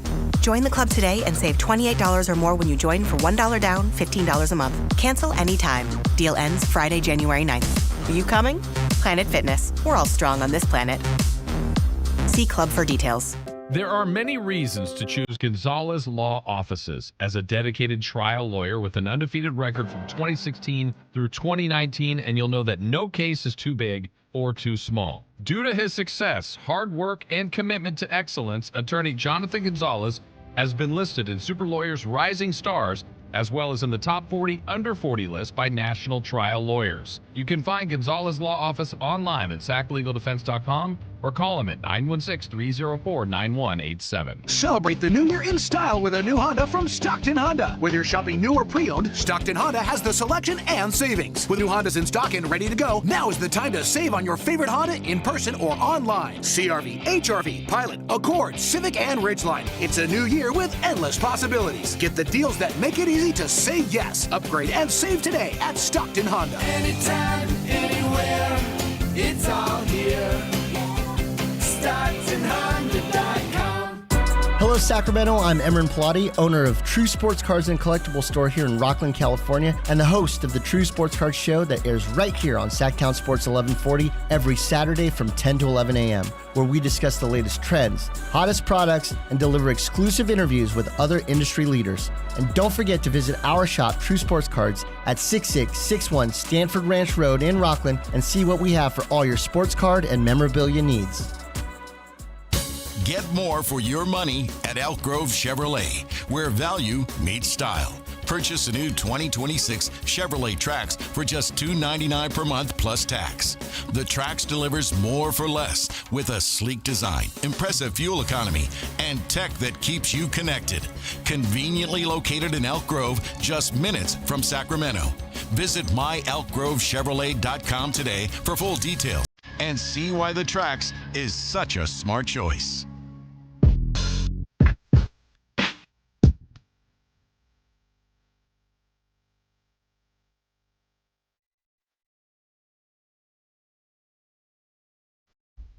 Get your afternoon home for Kings talk and so much more. The Drive Guys on Sactown Sports. We'll get right back to the Kings conversation. Kings taking on the Warriors tonight. But before we do, quick look here at these 7 players listed as questionable for the 49ers wildcard game against the Eagles.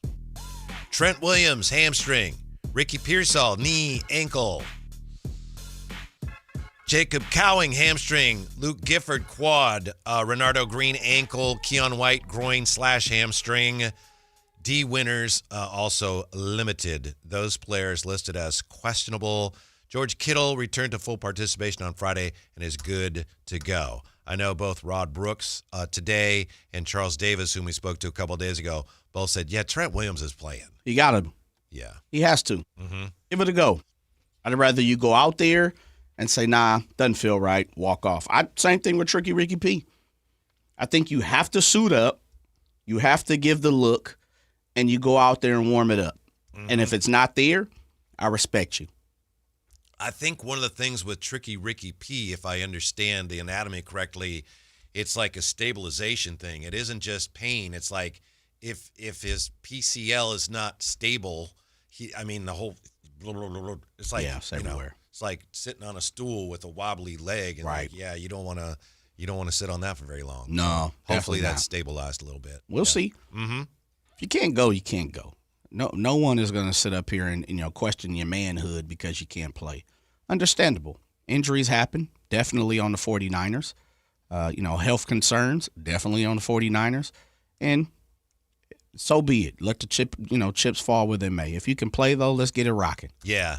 And I know you and Rod Brooks now were talking about Eric Kendricks at linebacker, and I'd forgotten. He was pretty good. Now, it was a while ago, but he was pretty good. Yes, he was. Remember, they tried to sign him a couple years ago. Yeah. And he wound up going to one of them weak teams, Dallas Cowboys, and now he's finally seen the light. Must you remember who they signed instead and how that worked out? Wasn't it Devondre Campbell? Oh, yeah. Yeah. It was Devondre Campbell. Yeah, you're right. That didn't work. Nah, that didn't work out at all. Playing next to Fred Warner and you can't get it in? Mm-hmm. Yeah, that didn't work out. Mm-hmm. Kimberly has a couple things. Yes. Nope. The Chargers are going to win. All right. She compares the Jets to the Sacramento Kings. Ooh. And also says about 20 minutes ago or so, this is a good draft. Pretty sure we're talking about Ja Morant. I don't want to do anything to ruin our chances to get a good pick. I agree. Unless it's Ty Maxey coming through the door. Mm-hmm. Unless it's Paolo Banchero, Franz Wagner, something like that. I don't have anything as insightful as all that, but I do have this from the chat. We were talking about the all-you-can-eat enchiladas Wednesday nights at Roosters. Yes, sir. Tom Tuwitty says, all-you-can-eat, LOL. How many can one man eat? And he also asked cheese or meat. And Tortilla Jackson says 20 enchiladas an hour. What? 20 enchiladas an hour. Tortilla J putting down 20? Yeah. Oh, man, more power to you, bro. My first reaction, honestly, when I saw that, my first thought was not, what? It was, yeah. I can see it. You gotta space it out. Yeah. An hour is a long time. Speed up my metabolism. Yeah. Oh, yeah. First of all, I'm taking the enchiladas, cheese or meat. Not picky. Mm-hmm. Taking it all, brother. Yeah. Sign me up. Love them. Red sauce or green sauce? Doesn't matter. Okay. Sign me up. Prefer red, but I'm all down. Equal opportunist over here. Sign me up, Whitey. I will. Wednesdays. I got to sign myself up first. We might make it a date, man. You know what I mean? Uh-huh. Why not? Yeah. We're brothers. Yeah. We'll put it together, man. Brothers being brothers. This would be like a dream come true. Do they have like an enchilada bar or something? I don't know. Wouldn't that be awesome? That would be fantastic, bro. Sign me up, man. And it's honestly, Roosters on the River is a hop, skip, and a jump from my house. Mm-hmm. So I'm not far at all. So when they called me, it was like, yo, we need emergency plans. Can we get you over to the Roosters? The powers that be need what? To do what? Eat? For sure. I was like, no, host the show. I said, oh, okay, I got you. Of course, I'm in the building. Mm-hmm. One of the Subplots for tonight, of course, with the Kings taking on the Warriors is the whole the Jonathan Kuminga saga. Monty Poole, who has been on the show, he is writing about this, and it's interesting because he writes for NBC Sports Bay Area. And I think it was just 2 days ago, NBC Sports Bay Area said there are 4 teams with interest in Kuminga. He said varying degrees of interest, and Kings were considered the team of the most interest. But he mentioned 4 teams. Whoever wrote it did. Today, Monty Poole says, of the other 29 teams in the NBA, only the Kings have shown interest in acquiring Kuminga, according to league sources. That the Kings are alone on this island makes a statement on its own. Use your imagination, but Sacramento General Manager Scott Perry is eager to shed high-salaried veterans and begin a rebuild. If this is true, if the Kings want Kuminga, and they're the only team that wants him, and they don't get him, Jay, that's not good. The other 28 teams have shown no more than tepid interest, sources say, leaving the market for Kuminga even cooler now than it was last July when he was a restricted free agent hoping for an offer sheet that never came. I think it's going to happen. I'm not saying it's going to happen tonight. I don't know when it's going to happen. I don't know how exactly it's going to happen. We did have the report yesterday that the Kings are scouring the league, looking for somebody to take on Malik Monk and maybe be a third team so they can facilitate this trade. I think it's close, Jay. Okay. That Kuminga will be donning a Sacramento Kings uniform. Mm-hmm. All right. I don't know if it's a good idea. Speak but it it'll into be fun, existence. And I think it's close. One NBA scout telling NBC Sports Bay Area, I hope Kuminga figures it out. But I'll tell you what, nobody in the league, none of us can figure him out because the Warriors can't figure him out, end quote. Does that scare you, Whitey? Someone that's been a little more familiar with how the Warriors have operated. You know, there's been some naysayers of the organization, of the way they've handled Jonathan Kuminga. There's been some naysayers of the way Steve Kerr has handled Jonathan Kuminga. There's been some naysayers towards Jonathan Kuminga's attitude and the way he's went about it. Just your take, someone that I trust. And, of course, we'll have JD on a little later at the 5 o'clock hour to kind of talk and, you know, bring us up to speed when it comes to Jonathan Kuminga. But what's there that percolates your interest if you're a Sacramento King? Scott Perry, BJ Armstrong, front office, a fan, for the people in the back, people that don't like Jonathan Kuminga, who are kind of on the fence, or maybe they're like, no. Give me some positive information from Jonathan Kuminga. Well, you asked if it scares me. I wouldn't say it scares me. Okay. It terrifies me. Because getting to see a lot of Jonathan Kuminga since he's been there, to my eye, the only way he's really going to feel comfortable and feel like, all right, here we go, he needs to be the focal point. Now, maybe he's right and he should be, but if he's wrong, and I think that's where it's been with the Warriors, is like, hello, we have number 30. You're not going to be the focal point here. You're just not. And it seemed like Jonathan Kuminga at times has struggled with that. Maybe that's not entirely fair. Maybe he's felt, well, I still need a few more touches. He at times at his worst to me is kind of a, give me the ball, get out of my way. I'm going to put my head down and I'm taking it to the basket. Okay. As far as the good things, and this is, I think, what BJ Armstrong saw, he is incredibly gifted athletically, and he's smart. I just don't know. The issue is whether or not he cares about all the little things that, you know, you have to do to really help your team win. To me, Jay, it seems like there's a lot of players in the NBA, a whole generation or more, that kind of emulate Kobe and the way Kobe played. And, you know, Kobe was, give me the ball, me first, I want to score. Sure. But he was more than that, because he was a selfish player, but he also wanted to win. He wanted to beat you. He wanted to beat you with just him, but he wanted to beat you. And the way he proved that was he played his ass off defensively, which is not a me first thing, really. You know, that's one of the most selfless things you can do playing basketball is guard somebody, because it's hard and you don't necessarily get a lot of numbers. But he did it because he wanted to beat you. I see players now, and it seems like, this is an oversimplification, but a lot of players, and they copy Kobe, but they only copy what he did offensively. Wow. It's like, Kobe wanted the ball, and I want the ball. Yeah, but Kobe did a lot more than that, and you're not doing that. Right. And that's where I think Kuminga needs to be and could be more, and just focus more on rebounding and defending and fitting in a little bit more. But he's extremely talented. Yeah, physically he's gifted. He's athletically gifted for sure. I don't know if, and the one thing with Kobe, and I hated it when he was here with us. I hated it, the fact of when he played against the Kings, the competition, the competitiveness was over the top. Yep. And you're right in the form of he would do anything to win. And even if that meant sometime to the detriment of his relationships with other players, fans, or anybody, he wouldn't let anything or anyone stand in his way of trying to win. Mm-hmm. And I'm not sure, and I think you're spot on. I don't know if Kuminga has that, but I also wonder, and this is why I think a lot of people are very interested about JK, is I don't know if the Warriors, and I could be wrong, we will find out probably, maybe, tell all book down the road. But I'm not sure the Warriors have done him any justice in allowing him to show that on the court when the lights are on. Practice, different. Travel, different. A team dinner, breakfast, talking to the owners, that's different. But I tell you what Floyd Mayweather said. You can say all that you want to say, just like Allen Iverson said, we talking about practice. Yeah. But when we talking about the game, it's a whole different ball game.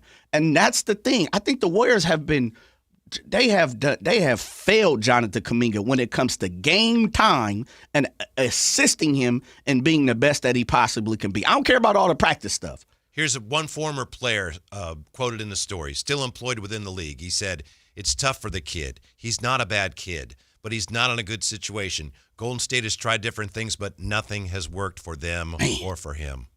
Dang. Who was the player? Anonymous? Who said that? Yeah. Yeah. Former player, still employed within the league. Oh, they could be hating. They could be hating. There's haters everywhere in the league, brother. He said he's not a bad kid. Yeah, but see, good kid, bad situation. Somebody could have said, you know what, Anonymous, and the next thing you know, they dropped the name, and now, so you got to say a little bit of good, say a little bad. He's hating on JK. You never know. I bet I know who it was. Who the Kings have and have not talked to on the trade front this week. We'll look at that next with The Drive, guys. It's Friday, damn it, on Sactown Sports. Live and local. With everything 49ers. Intercepted by Fred Warner. Dives for the end zone. Touchdown! San Francisco! Paul George went up and caught the ball. Touchdown! The 49ers play on Sactown Sports 1140. This is the story of the one. As a safety manager at a manufacturing plant, he does everything he can to keep his coworkers safe. From finding ways to reduce risks to keeping safety supplies in stock. And for that, he relies on Grainger. Grainger offers a broad range of quality products and next-day delivery, so he can always play it safe. Call 1-800-GRAINGER, click Grainger.com, or just stop by. Grainger, for the ones who get it done. Never have I ever called my sister from the finish line of my first marathon. Hello? You won't believe where I am. Are you running? Mile 26. I'm gonna make it. Switch to T-Mobile's 55 Plus plan and get iPhone 16e with its advanced camera system on us. Plus 2 lines for just $30 a line. Guys, I can't believe it. I knew you could do it, babe. That was amazing. Mom, how do you feel? I feel great. I can't feel my feet. Let's take a picture, and then you may carry me to the car. Share every stride, every mile, every memory on America's best network. Switch to T-Mobile's 55 Plus plan and get iPhone 16e on us and 2 lines for just $30 a line. With 24 monthly bill credits and 2 eligible port-ins on Essentials 55 Plus for well-qualified customers with autopay plus taxes, fees, and $35 device connection charge. Credits end and balance due if you pay off early or cancel. Contact us. Finance agreement 128 gigabytes, $599.99 required. Best mobile network in the U.S. based on analysis by Ookla of Speed Test Intelligence Data 1H 2025. Visit T-Mobile.com. Weekend escape to bucket list adventure. Plan your trip at the Sportsman's Expo. This is the region's greatest selection of outdoor travel. California, the West, Alaska to Mexico, Canada to South Africa. Outfitters, guides, lodges, and destinations. Your chance to meet the experts who'll make your trip unforgettable. California's largest sportsman's travel event is back, January 15th through 18th at Cal Expo in Sacramento. Details at sportsexpos.com. Guys, if your energy is low, your strength isn't what it used to be, or your drive feels off, it's not just getting older. For many men, it's low testosterone. At Revive Men's Health Sacramento, you can start with a free T-check, exam, and consultation so you get real answers about your testosterone levels and overall health. And this month only, qualified patients may receive 25% off testosterone replacement therapy. This isn't guesswork or one-size-fits-all treatment. Revive specializes in personalized, closely monitored testosterone care designed to help men feel stronger, sharper, and more like themselves again. With over 120,000 patients treated since 2011, Revive Men's Health is trusted for results, not hype. If you've been putting this off, now is the time to act. Claim your free T-check and consultation and see if you qualify for 25% off TRT. This month only.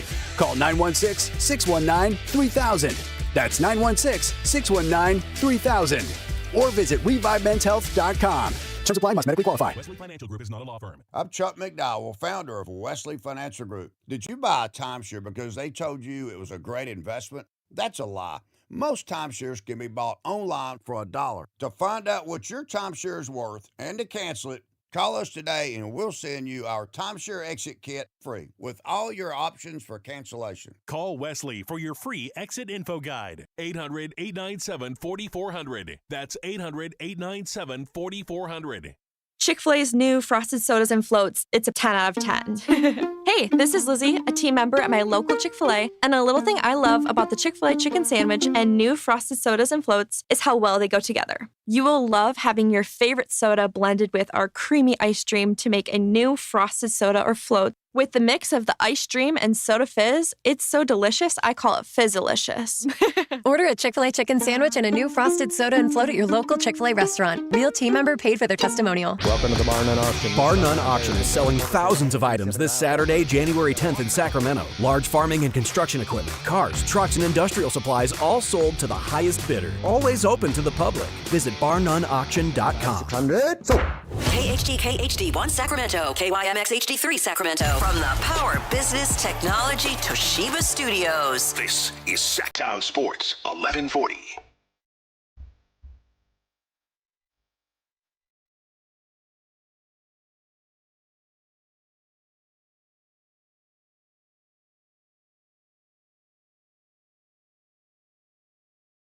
Live and local, it's the Drive Guys.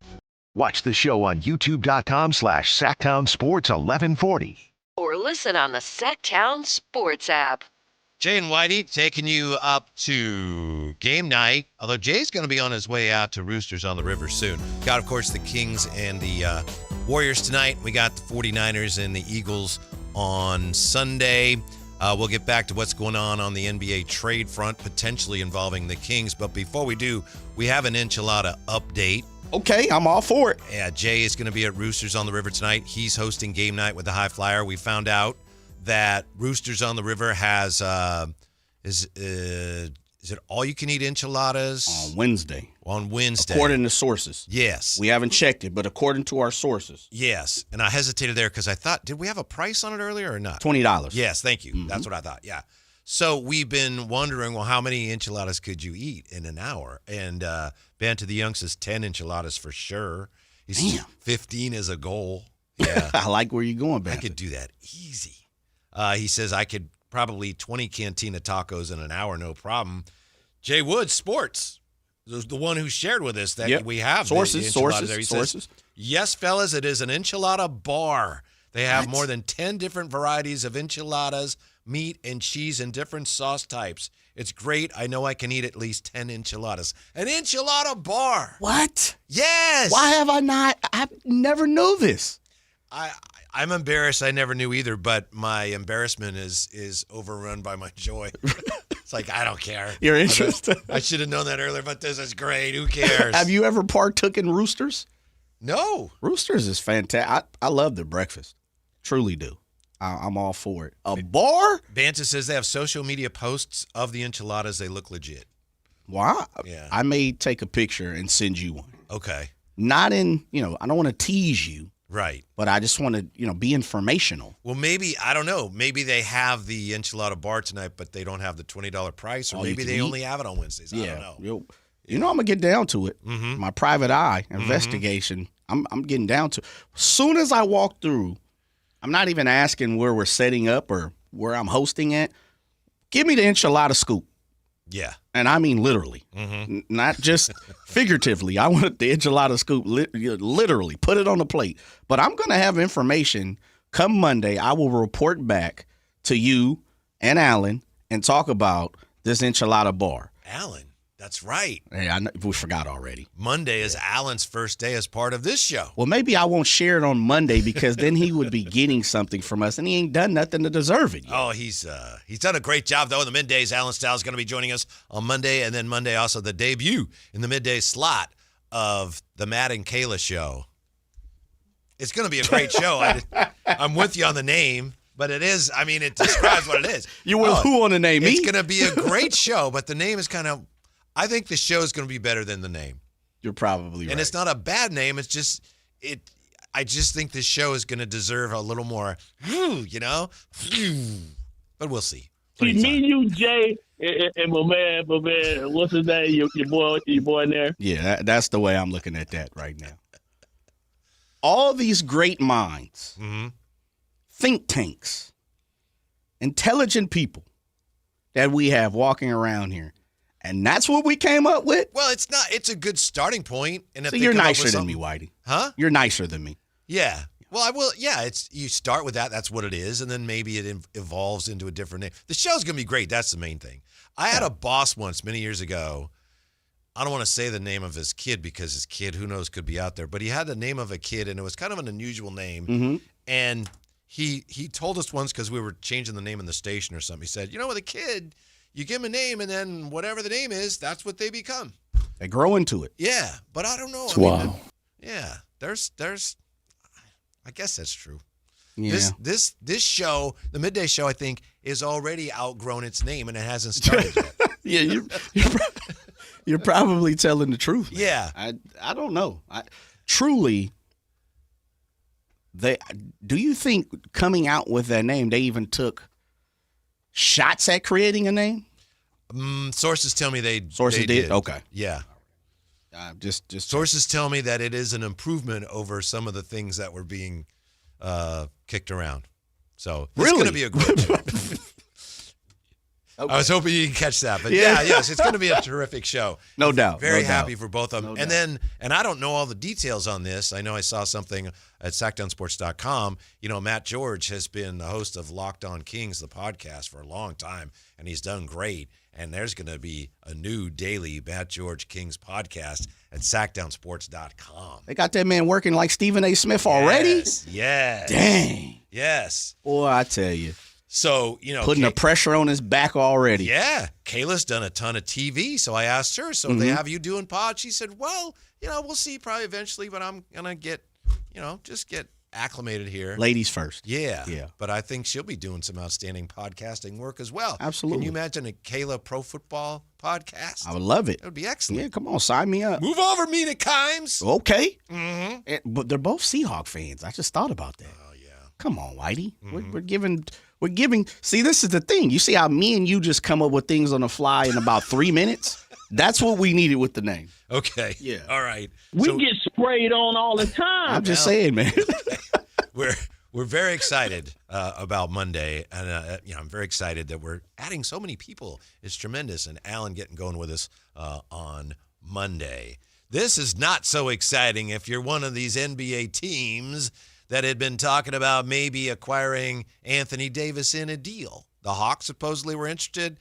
There's been talk that the Warriors have had some interest. I know financially it'd be very tricky, but Dallas Mavericks said today Anthony Davis has, you're not going to believe this, Jay, but he's injured. Anthony Davis is injured.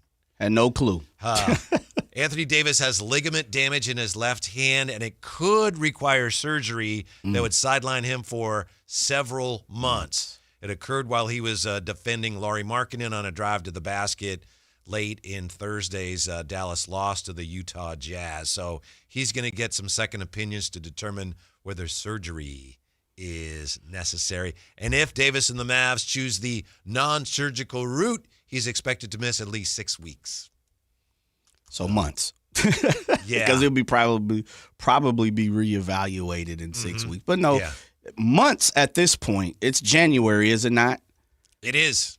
Are the Dallas Mavericks in a playoff, or play-in spot now? They're not right now, but it's Yeah. a great question because they have a dynamic that's similar to some of the things that are going on with the Kings. That is, they feel like, some of them feel like, hey, we haven't had all our guys. We get Kyrie back.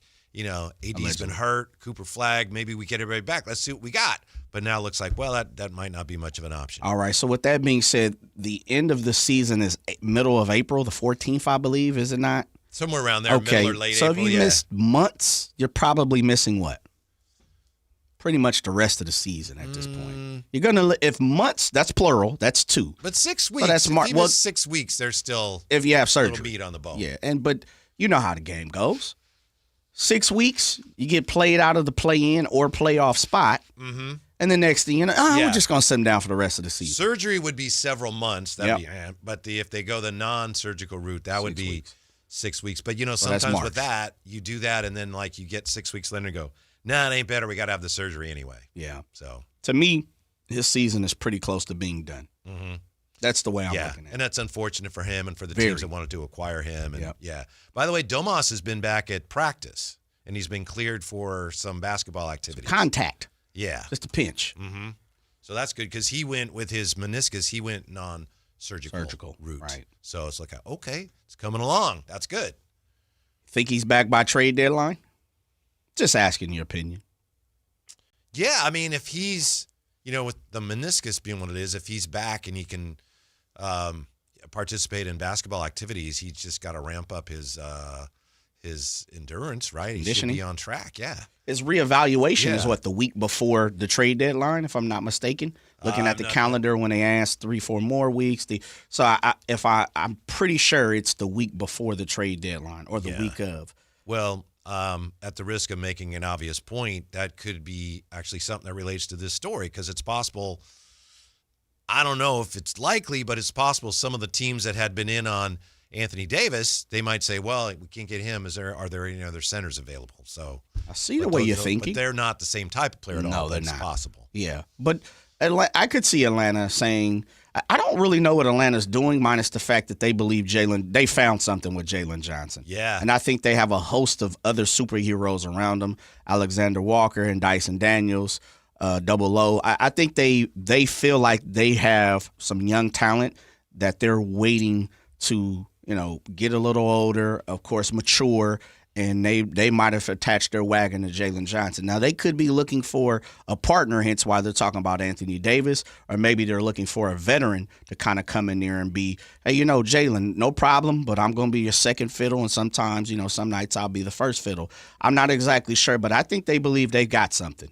The way they're moving and acting, some of the people that we've heard that they're interested in, I truly think they believe they have something with Jalen Johnson. Yeah, and I believe their record without Trey was better. And the same thing with Ja so far this year. Small sample size. And the coldest part is Trey, Ja, and AD, for the most part, for the last couple of years, have just not been healthy anyway. So I would imagine your record should be better without them if you're a winning caliber team. Let's look at what we think is going on with the Kings. I don't have any new reports or rumors here other than what actually is going on with them this week. The Kings, widely seen as a leader in the Kuminga clubhouse, as we know, league sources revealing that the Kings talked with the Warriors last week and are expected to circle back soon. All right, so they've been talking to the Warriors as recently as last week. They play them tonight, so I'm not saying, I'm just saying. They've also, the Bucks have been tied to several players with Zach LaVine and Malik Monk among them. As of early this week, league sources say there were no active talks on that front. So last week, according to these reports, the Kings talking with the Warriors, but no active talks between the Kings and the Bucks. As of early this week, no active talks on that front. So that one still looks like something that, if you squint, I could see how that would happen. Doesn't look like they're necessarily really working on it. Who's picking the phone up, us or them? Well, you know how it is. It's like we're waiting for them to call, and then at some point you're going to have to call, and you don't want to. Right? You know what I mean? Oh, they'll call. What if they don't? They'll call. If like we got to call, it ain't going to happen anyway, so. The typical rom-con, trying to figure out when to call or if they're going to call, or, you're killing yourself. Should I call? Is it too early? Is it too quick? Is it too soon? Have I waited too long? Mm-hmm. I don't know, Whitey. Truly. And I'm not getting the feeling that we had through the summer, and that's a great thing. I am getting a little interested in what Jonathan Kuminga could add to the Kings, especially if it means we're not giving up any draft capital. Yeah. And to me, that was kind of the holdup in the summer. And I'm also a huge fan of Malik Monk. But, reality is reality, and I got to tell myself that I think he's on his way out, albeit, pizza guy. I don't know, man. The emotions that I believe some of these Kings fans are going to display when Malik is let go, traded, if it happens, I would say would probably equal the same to like an IT. I know they're both pizza guys, but somebody that has really made a staple in the city. Mm-hmm. And it's gonna be split. There's gonna be a lot of people who dislike the move, but they may understand it. Yeah, it's gonna hinge largely on what they get back too. It'll be easier. It's like, I JK. love Malik, but yeah, if they get him, I can he's see that. controversial. Yeah, if I were the Bucks, and I'm not, but if I'm the Bucks, trying to look at it, unbiased from just a clinical standpoint. If I'm looking at, okay, we need to add some perimeter shooting. Hey, Zach LaVine's available. Yeah, but according to reports, so is Michael Porter Jr. And if I'm the Bucks, Michael Porter Jr. is definitely my first choice. Yeah, I'm with you. Yeah. And he's having a kind of a resurgent campaign. Yeah. So he'd definitely be we're not going to call the Kings yet. Let's explore all this. Yeah. I mean, the Kings should be picking up the telephone. For Michael Porter Jr.? Absolutely. What are we doing? Come on, Jordy. Come on. Mm-hmm. Hey, amigos. We're partners. Let's make it happen. Yes, absolutely. Pick up the phone. Let me make a phone call. But if we're talking about a JK and a Keegan front line, what's wrong with saying a Michael Porter Jr. and Keegan front line? What's the difference? The difference is Kuminga's more of a legit 4. Okay. Doesn't mean what you're saying won't work. I'm just saying. Yeah. That's the difference. And that's something that we may get to it when John Dickinson joins us at 5, because JD has been covering the Warriors since they drafted Kuminga, and he and I used to go back and forth on Kuminga. Is he a 3 or is he a 4? And I think I've mentioned this before. I was wrong because I thought, if he can learn to shoot a little bit, he could be a really good 3, and he's not a 3. He's more of a 4. And Jay, that's part of what's been the problem for him on the Warriors. The Warriors already have Draymond. Yeah. And they've had a hard time with both of them on the floor at the same time. So that's been a small part. There have been other bigger issues with Kuminga and the Warriors, but that's been part of it. It's just the positional fit on that roster. Yeah, I think I've seen a few Warriors insiders and reporters talk about the fact that there's just not enough of the ball to go around for Jonathan Kuminga as well. Draymond is a point forward, and he's played a lot of center as well on the defensive side for sure, albeit sometimes it feels like he's getting a little tired of that too. We've heard him say that over the last couple of weeks, tired of playing big fives. But in the hierarchy, in the pecking order, Jonathan Kuminga at many points in times in his Warriors career has been the 4th or 5th option while on the floor. And truly, he's like, I at least want to be 2, I think. I think a lot of people mismanage the fact that he wants the ball over Steph Curry. And I'll be completely honest, politics plays a role in everything. I wouldn't be surprised if the Warriors or some people in the organization are spitting that fire out to some of these reporters and insiders and saying, look, he even wants the ball over number 30. I mean, you got to be almost out your mind, but you also. But there's video showing at least a little of that. I got you. Yeah, I got you. But a little of it. I got you. The other part of it is, too, though, and we talk about the Kobe situation. That's why I said you make a great point about competitiveness, is I kind of need a little bit of that dog, too. I need you to go out there and say, I don't care if it's Steph Curry, Michael Jordan, or Kobe. I'm just as good, and I need to rock too. Right. So that can be seen in a positive light. Now, how you see Jonathan Kuminga, again, is to the eye of the beholder. But there's got to be a little bit of a diva in there for me to be a star. I think if the Kings are trying to grab him, they're looking at him as a 1, a 2, or a 3. I don't need you to be at the back end. We ain't got Draymond, and we definitely don't have Steph. So come on over here, get you a big slice of the pie, and let's see if you can rock. And that's where my interest is with Jonathan Kuminga. If he's as interested in coming here as it seems that he is, knowing that Scott Perry has sat down with him, I have to assume that the Kings have said, if you come here, we got a big piece of pie for you. And that's fine. Yes, but I have sir. to think, yeah. And the difference here, as you say, you want a guy that wants the ball, but to me, the big difference is, and sometimes you just never know. You close your eyes and you cross your fingers and you hope. Yep. You want that guy to want the ball because he wants to win more than I don't care if we win, I just need my points. And I'm not saying Kuminga's one or the other, but that's the big difference. Yeah. You know? Yeah. And that's why I said I think you made a great analogy of Kobe and the generation following Kobe, this era, how they've compared themselves to Kobe, but at the same time, they don't have a lot of the traits that Kobe truly did. Yeah, they copy themselves after Kobe on one end of the floor. Yes, sir. Yeah. Xerox Kobe. Yeah. You know, we watch the Kings, and I know that that it's this year's not about winning games, but it's still frustrating when you're watching them, and so often they have a chance to win a game, and they end up kind of flagging or unraveling in the fourth quarter. Here's one of the reasons why that happens, and SI.com, Will Z, had an interesting look at this. This is a little nuts and boltsy based on what's going on this year, but it does explain what's going on the court. I know we're more concerned, like I said, with the big picture with the Kings, but what's going on the court? The mid-range game has come back into the mix more in the last few seasons, as Will Z writes here. But layups and threes are still the most efficient shots. And the Kings are near the bottom of the league in both those areas. The most efficient shots. You want to get layups, you want to get three-pointers, and the Kings are not very good at those. Meaning making them? They don't taking them? Get them. They're taking 20.1 field goal attempts in the restricted area, third fewest in the league. 67.1% clip at the rim. That puts them at 13.5 made field goals inside per game. Second fewest to only Boston. Boston shoots a lot of threes and makes a lot of threes. The Kings do not. So they just don't have anyone consistently putting pressure on the rim from either their guards or their bigs. Domas does that, but he hasn't been playing. That's this year? Yes. Okay. Yes. I missed that part. Is it just this year or recently? This okay. year, yeah. This year. And the Kings are taking the fewest threes per game, and they're shooting 34.3% on threes, which is 24th. They're at 10.5 made threes per game. That's last in the league. So you make your money in the NBA offensively as a team at the rim and from the three-point line, and the Kings they don't do that. They're not a very good three-point shooting team. So to my eye, you have a lot of teams that recognize that and are like, we're just not going to let them get to the rim.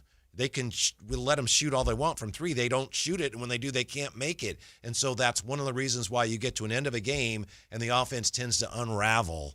They're not getting good shots.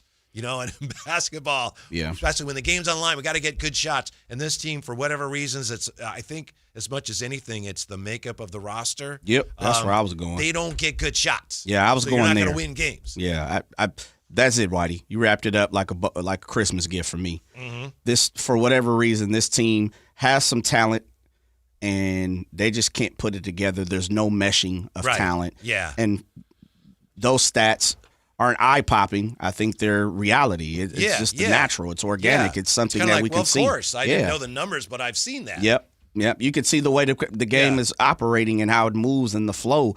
They struggle to just get shots sometimes, it feels like. And, we just saw that the last game. And running of a play. And they had three opportunities to win a game. Yeah. And really, the Russ Westbrook 3 looked bad. Looked like he didn't know if he wanted to take it. He kind of was in between. We know the DeMar running 3 definitely didn't look good, and I can't remember the second shot in between. But they really didn't have an opportunity. You didn't put yourself in the proper place to even, to make you can make any shot, but a real capable, high percentage shot. Yeah. That's just the goal of the offense is to produce the best shots it can, and theoretically, you're going to make more of them. But you just want in your possession, like, you can have a good possession and not score. It's like, oh, that was a good shot. And they just have trouble with this roster generating good shots, and it's especially a problem at the end of a close game when the other team, defense ratchets up a little bit. Yes. So that's why they're not winning games right now. But again, that's not the bigger issue going forward with this team. What do you normally call the Chateau and our listeners? What do you say they are? Smartest listeners / viewers in radio / YouTube. Come on, man. Just in a matter of 20 or 30 minutes, I've seen one or two names that are better than the midday than what we're producing. Bobby Hill, midday with Matt and Kay. It's even better. That is pretty good. I mean, come on.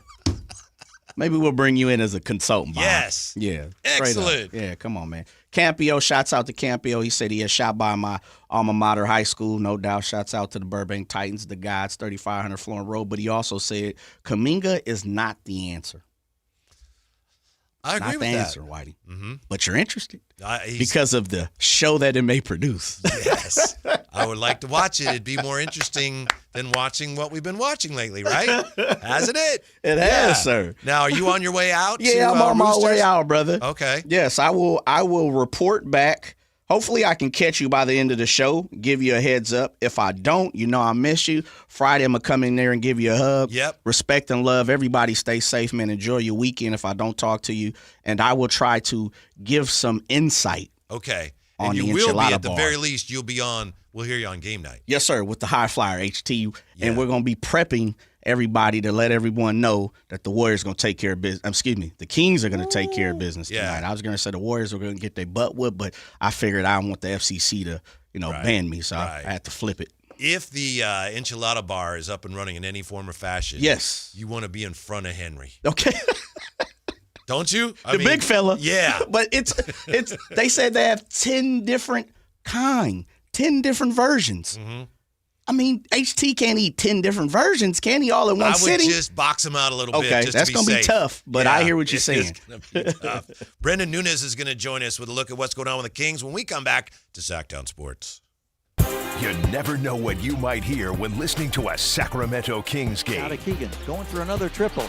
Man, is he feeling it. Keegan, can he do it? Yes, there's number 11, Keegan Murray. Keegan steps back. He just knocked down his 12th three-pointer, a Kings franchise record. He's got 45 points. Never miss a moment of Sacramento Kings basketball with Sactown Sports and the Sactown Sports app.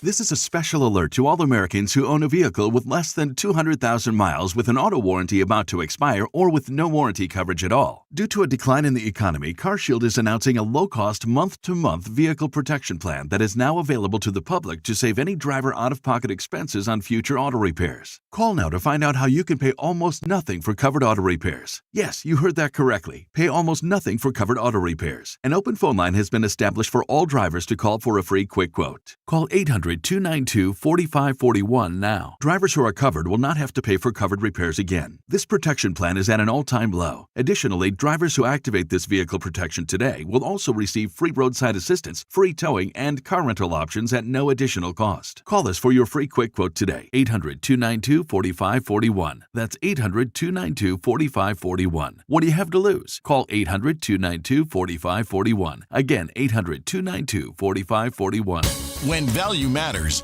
Elk Grove Chevrolet delivers. Right now, purchase a 2026 Chevrolet Silverado for $4,500 off. The Silverado 1500 stands out with legendary towing power, a bold new design, and the dependability you expect from Chevy. Visit myelkgrovechevrolet.com for full details. Don't miss your chance to drive the new Chevrolet Silverado. Stop by Elk Grove Chevrolet today and experience quality that goes the distance. This message comes from Viking, committed to exploring the world in comfort. Journey through the heart of Europe on an elegant Viking longship with thoughtful service, destination-focused dining, and cultural enrichment on board and on shore. With small ships that bring travelers closer to the destination, there's more time to explore. And every Viking voyage is all-inclusive, with no children and no casinos. Discover more at Viking.com. Welcome back to Winter Hack Radio, the place for clever hacks to survive the season. Icy driveway? Well, try spreading sand or birdseed to help with traction. Snowy puppy paws? Well, grab a whisk, brush it off, done. Catch COVID-19? Well, just get... Actually, there's no hack for COVID-19. But if you test positive, prescription medications for COVID exist. Ask your doctor if they're right for you. Visit PfizerForAll.com to learn more. Sponsored by Pfizer. Wesley Financial Group is not a law firm. I'm Chuck McDowell, founder of Wesley Financial Group. Did you buy a timeshare because they told you it was a great investment? That's a lie. Most timeshares can be bought online for $1. To find out what your timeshare is worth and to cancel it, call us today and we'll send you our timeshare exit kit free with all your options for cancellation. Call Wesley for your free exit info guide. 800-771-1300. That's 800-771-1300. Are you 50 or older? This news is for you. The CDC recommends you get vaccinated against pneumococcal pneumonia. Even if you're healthy, your age puts you at risk. People 50 or older are over 6 times more likely to be hospitalized with pneumococcal pneumonia compared to adults 18 to 49. Just one shot can help protect you. Learn more and schedule at vaxassist.com. That's VAXassist.com. Sponsored by Pfizer.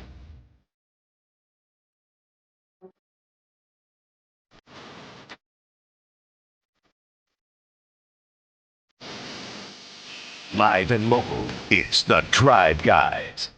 Watch the show on youtube.com/Sactown Sports 1140. Or listen on the Sactown Sports app. Oh my goodness, what a week it's been. Can be difficult that first week back after the holidays, as it has been for so many people. But it's been that around here, but it's also been a week of so much excitement with announcements on the new shows that we're starting on Monday. We're looking forward to having Alan become part of this show on Monday and launching the new midday show with Matt George and Kayla Anderson on Monday. It's going to be huge. Right now, joining us with more on all that and more on the upcoming Warriors in Kingston. I think he's on his way to the Chase Center. Sactown Sports Kings insider Brendan Nunes. How are you today, Brendan? On the move. Got somewhere to be. Whoops. Hi, Brendan. How are you? I'm doing well, Whitey. Currently on the way, not too far from getting on the Bay Bridge here, dealing with typical, 4:30 Friday traffic, but doing well. Your last day of silence going all right before Alan Stiles comes on and brings all his energy? What do you think of all these? Now, I know with your position, it's possible you had an inkling some of these things were going to be happening before many of us did. What do you think of all the changes? Isn't it great that we are adding people and, rather than just, losing somebody, we're adding so many people. It's a great time for the station, isn't it? I agree. I think I really appreciate, too, how much I'm genuinely friends with a lot of you guys. And I think Matt very much adds to that. Still getting to know Kayla a little bit, obviously. But I think that we have a great group of people and we all genuinely get along. And I think that'll, show in all the content. I think you and Alan is a good duo in my mind. I'm excited to see how that all plays out. Maybe balance each other out a little bit, talk them off a ledge every once in a while. Yeah, we'll see. You never know. It would have been nice to have been, consulted on that whole thing. But Brendan, all kidding aside, let me ask you first of all about today's news. The Grizzlies now, according to ESPN, are open to offers on Ja Morant. What do you think of that? And what do you think of, I saw what you posted. Do you think the Kings should be involved in any of that in any way, shape, or form? Yeah, I personally think that's something the Kings should probably stay away from. I see a lot of conversation about, hey, the Kings don't have to be this bad next year. Like they could do a couple things, which I think mainly would be trading for a starting caliber point guard, whether that is Ja Morant or obviously Trae Young's off the table now, but I think you can go Darius Garland, LaMelo Ball. Those are guys you've heard floated around a little bit. Say you do that and you luck out in the lottery and get one of those top 3 guys in either Peterson, Boozer, or Devanza, and all of a sudden it's like, hey, maybe we're a play-in team. And my argument would be that I don't know how much you're climbing above that. Like betting on somebody being a generational player that you're getting in the draft is obviously kind of what the Kings need, but it's also low odds. I think all those 3 guys are really good, but say one of them tops out as an elite second best player on a team. And I think that they kind of just need to take their time with this process a little bit and not end up being the Bulls. My argument would be that, tanking does take a good amount of time, obviously. And I also, for what it's worth, would push back. I feel like the word tanking gets misinterpreted sometimes, and there's multiple definitions. But I don't think that necessarily means to mean trying to lose games. I think it's about embracing a new timeline and accepting that if the goal is a championship, which I do think is a big if for what it's worth, that taking your time and spending a couple years acquiring talent is probably the best way that this team eventually gets back to the sustained success on the higher level. We've seen so many teams rebuild in the amount of, the 19 of 20 years that the Kings have not made the postseason.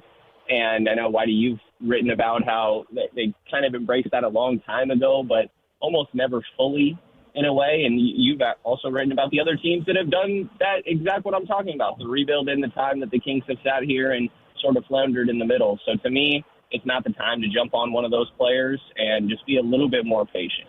Yeah, Brendan Nunes with us. I agree with you 100%. On the one hand, just looking at Ja, it looks like, there's evidence that his skills are kind of eroding, and I wouldn't want to hitch my wagon. I hope they're not. I hope he's going to be fine, but, he has been injured a lot, and I just wouldn't want to hitch my wagon to a guy who may be declining as a player. Then the other thing is, to your point, we had Scott Perry very clearly has been saying on this station, on all of his interviews, he's talked about, we want to do this the right way, no shortcuts, and it's going to take a long time. It's going to be a heavy lift. And getting John Morant would fly in the face of that, right? Yeah, I think so. I think also you look at Scott Perry's pillars. I don't know that John Morant is the most accountable, team-oriented guy, just to pull two off of there. Doesn't really feel like he quite fits the identity that Scott wants for this team. And they very much are catering to an identity that they can't accomplish currently, in my mind, with this roster. But they're not shy in telling everybody what they want from a future good team in Sacramento. And Ja specifically doesn't really feel like he factors into not only that, but their current timeline. Yeah, so let me ask you this, though. I think we're in agreement there, and we look at this, and it looks like he wouldn't be a good fit. But hasn't it been reported, I know you're very well connected, hasn't it been reported that the Kings have been keeping an eye or monitoring the Ja situation for a while now? Yeah, they definitely have been linked to him before. I don't think that the Trey stuff was ever there that much. I think LaMelo is a guy that they've been linked to a little bit as well. There is a part of me that, like what Washington is doing with acquiring Trae Young, for example. Their pick is top 8 protected this year, or else it's owed to another team, and I think that makes it a little bit questionable what they're doing. But essentially, if it doesn't cost you much, and the C.J. McCollum, Corey Kispert package, like I think C.J. is actually a better player right now than what a lot of people are giving him credit for. But if it really is only costing you matching salary of like Zach LaVine and Keon Ellis, for example, for a Darius Garland or a John Morant, I mean, in that same conversation, LaMelo Ball, like I can kind of see the logic in capitalizing on an advantageous market for a player, and maybe you don't have to re-sign him, right?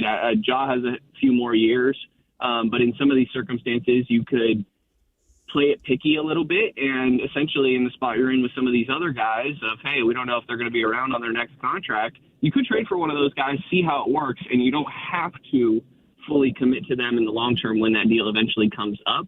If it is a trade that really is not costing you that much, I guess I could talk myself into it. But again, I come back to, I think you're fast tracking the timeline a little bit too much there. Right. I think what you're talking about, honestly, is if it came to that, I think Scott Perry could say, well, we're being opportunistic, which is also something that we want to be. So we'll see about that. How about Jonathan Kuminga? The Kings playing the Warriors tonight. Don't know if Kuminga's going to play. He hasn't been playing much. I'm getting the sense, especially when you have reports like from Monty Poole today, NBC Sports Bay Area, who says the Kings are like the only team interested.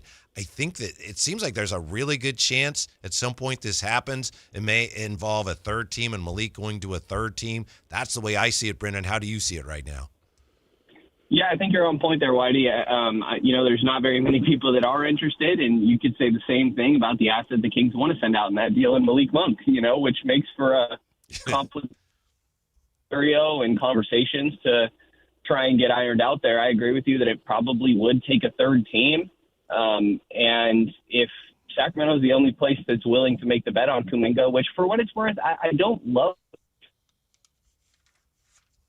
Oh, are we losing Brendan on the bridge there a little bit? They just need to get as much young talent in the door as they can and not really care about some of the fit, because what is this even going to look like post-trade deadline or going into next season? Like, Kuminga is another guy that needs the ball in his hands. So they always talk about when their offense gets bad, it's because they get a little too isolation heavy. Like, Kuminga has the same problem. Yep.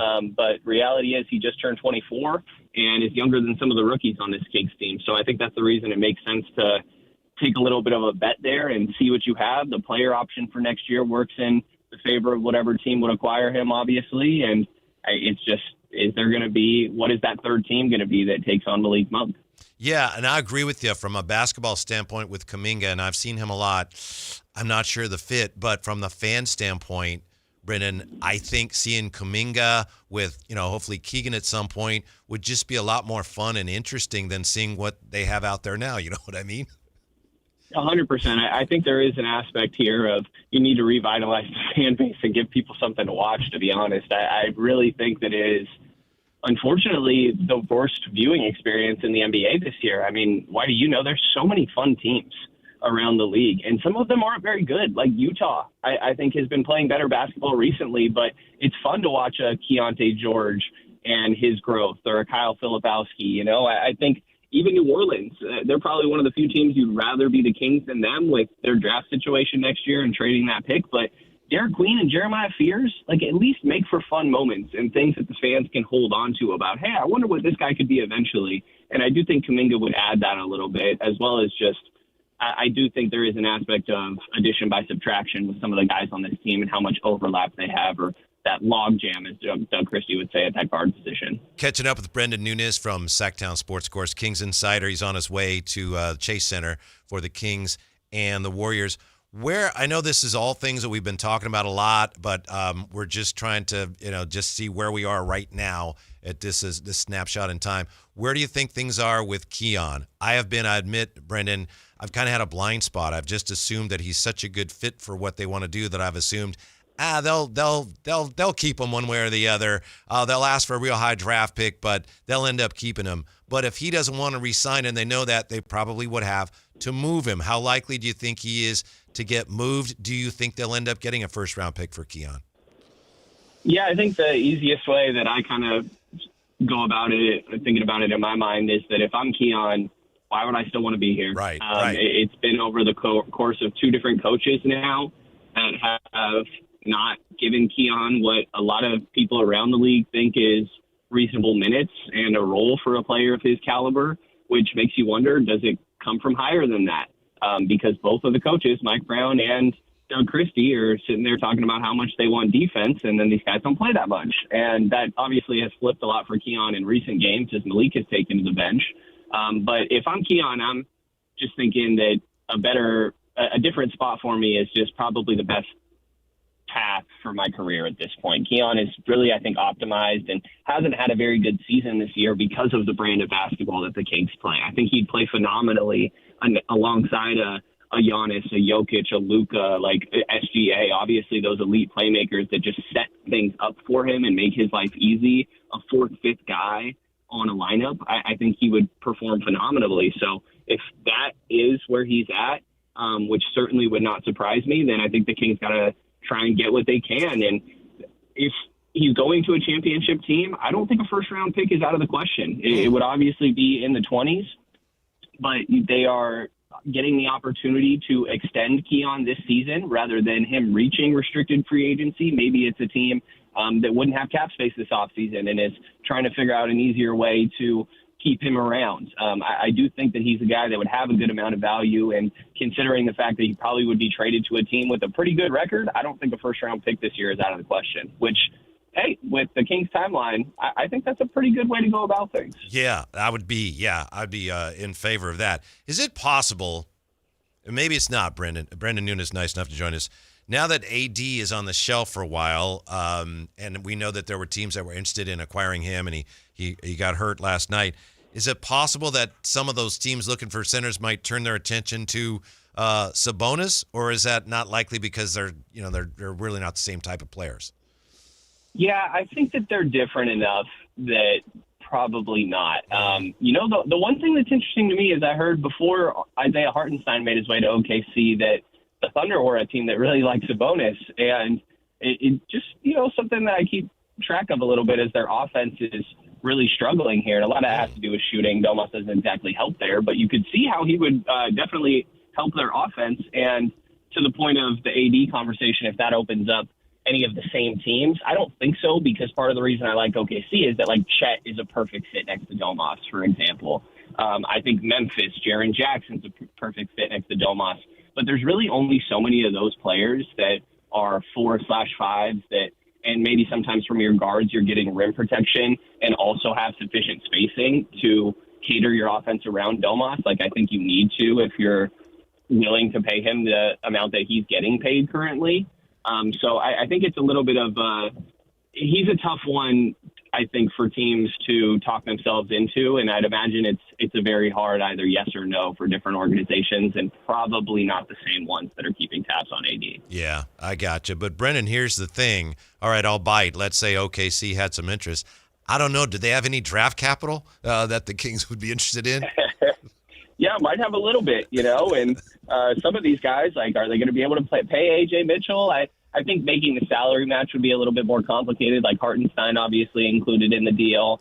But, they're a team I'm just monitoring in general because they're not going to be able to pay everybody. Like, I'm a big Casey Wallace guy. What's eventually going to happen when Casey Wallace needs his next contract? Or, like I mentioned, A.J. Mitchell, they probably can't afford to pay him, and he's a most improved player candidate. So, definitely have the draft capital, though, Whitey. Yeah. They could become victims of their own success. They're so good at acquiring players. They end up with, we have more good players that we could keep and more first-round picks than they can keep. So we'll see if the Kings might be able to actually take advantage of that. Can I ask you about the Bucks? I saw a report, and I apologize, I'm not actually sure where it came from, but there was a report that as of early this week, league sources say no active talks between the Bucks and the Kings on the Zach LaVine, Malik Monk front.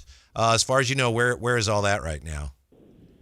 Yeah, I mean, the Bucks are in a weird spot, Whitey, right, obviously, where they're just kind of the definition of desperate and trying to convince Zach LaVine to stay, convince Giannis to stay, and maybe that's a LaVine deal, maybe that's a DeRozan deal.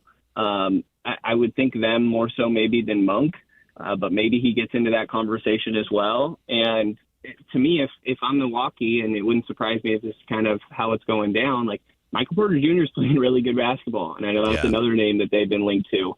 Would Jeremy Grant be somebody that makes more sense to them? I don't quite know about Jeremy Grant to answer my own question there, but I think for the most part it's a tough one because that feels like something that the Bucks want to see. Is there a reason to bring in another guy, or is this just doomed and it's going to be time to call it anyway? So it feels like, anything that were to happen with Milwaukee probably would be pretty close to the deadline as they try to still figure out their roster and where Giannis' head is at, because as much as they've done everything to make moves and try and convince him to stay when other times this has come up, this one feels a little bit more serious and at the end than some of the others. Mm-hmm. Yeah. Brendan Nunes with us. We appreciate it, Brendan. I just want to let you know I'm a big fan of the roundtable that you have been doing on Alan's show, you and Frankie and Chris. And now I know Alan's out of there, so I've been talking with Frankie. I'm not sure who has the rights to that show, but I think we may have it. So I'm hoping that we can kind of slide the roundtable into the afternoons. You guys can follow Alan. I don't know, Matt and Kayla may have something to say about that, but just so you know, I'm trying to acquire the rights to that because I'm a big fan of the roundtable. I don't have a say in where those rights go. You may have to talk to higher ups, a.k.a. Mr. Frankie over there.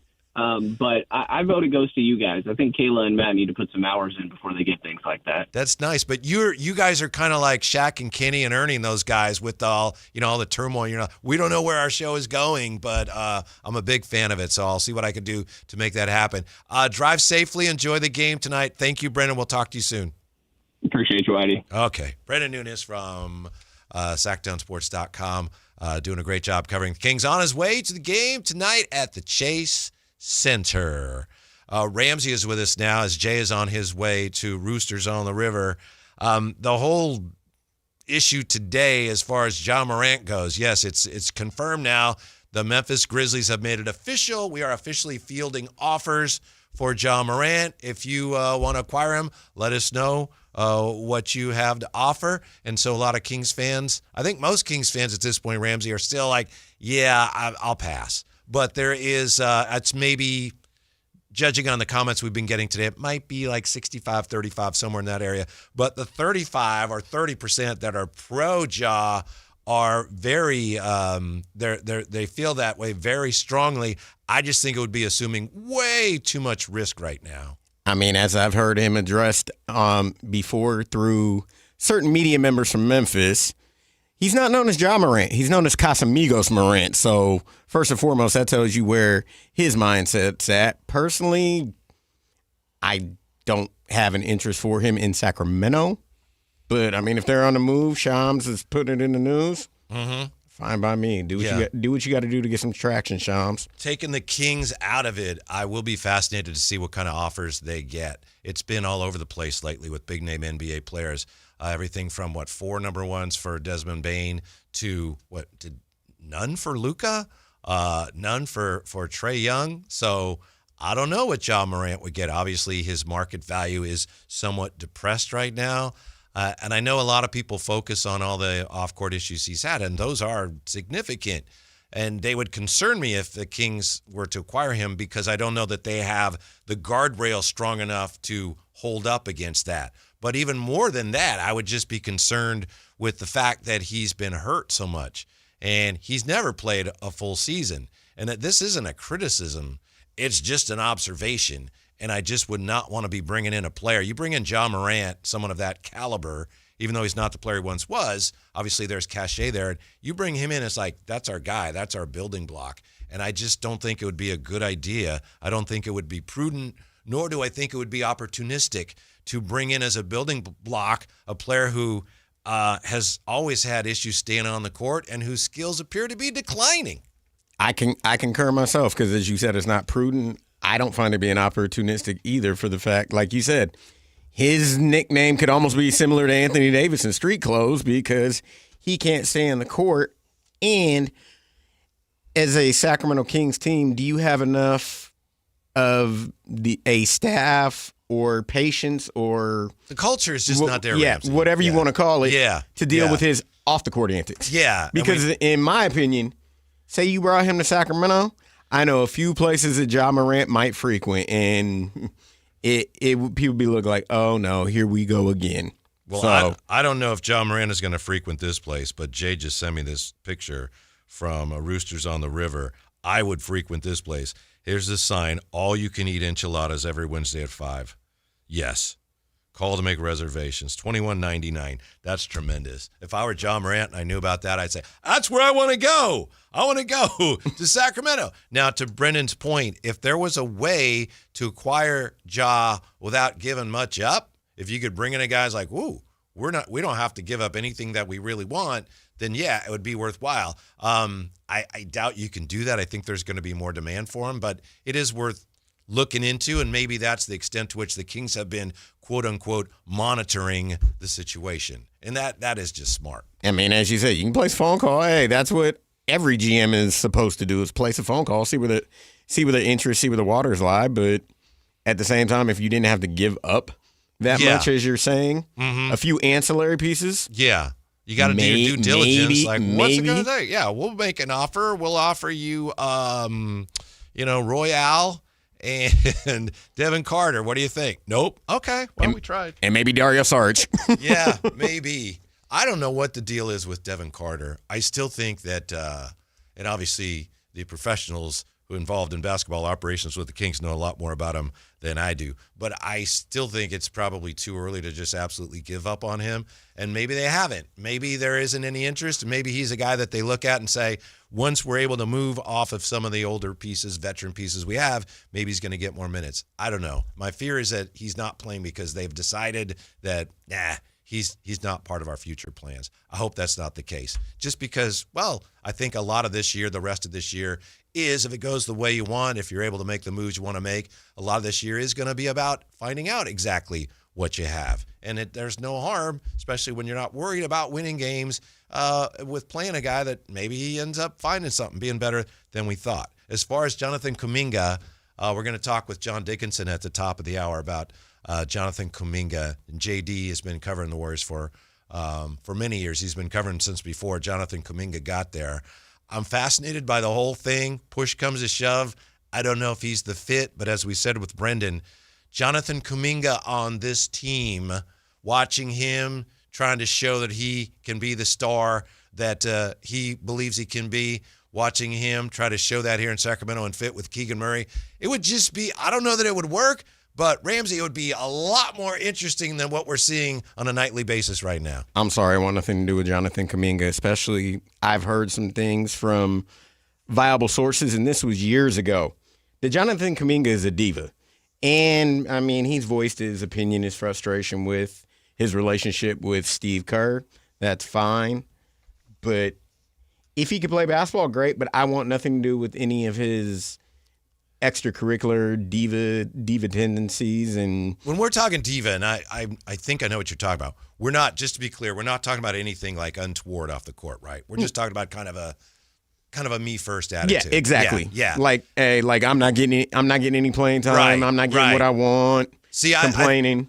I think some of that is public record, and I'm a little surprised the Kings, given Scott Perry's 6 pillars, I'm surprised the Kings have had as much interest in him as they have for those reasons. So am I. So I get what you're saying. That said, that much talent where they are, I think it would be fun to see. I wouldn't recommend it, but it would be fascinating. I'm hoping something happens just for that reason, while at the same time I completely understand what you're saying, Ramsey, and I've wondered that. Why a guy that's done all this and he's had opportunities that he has, you could argue he squandered.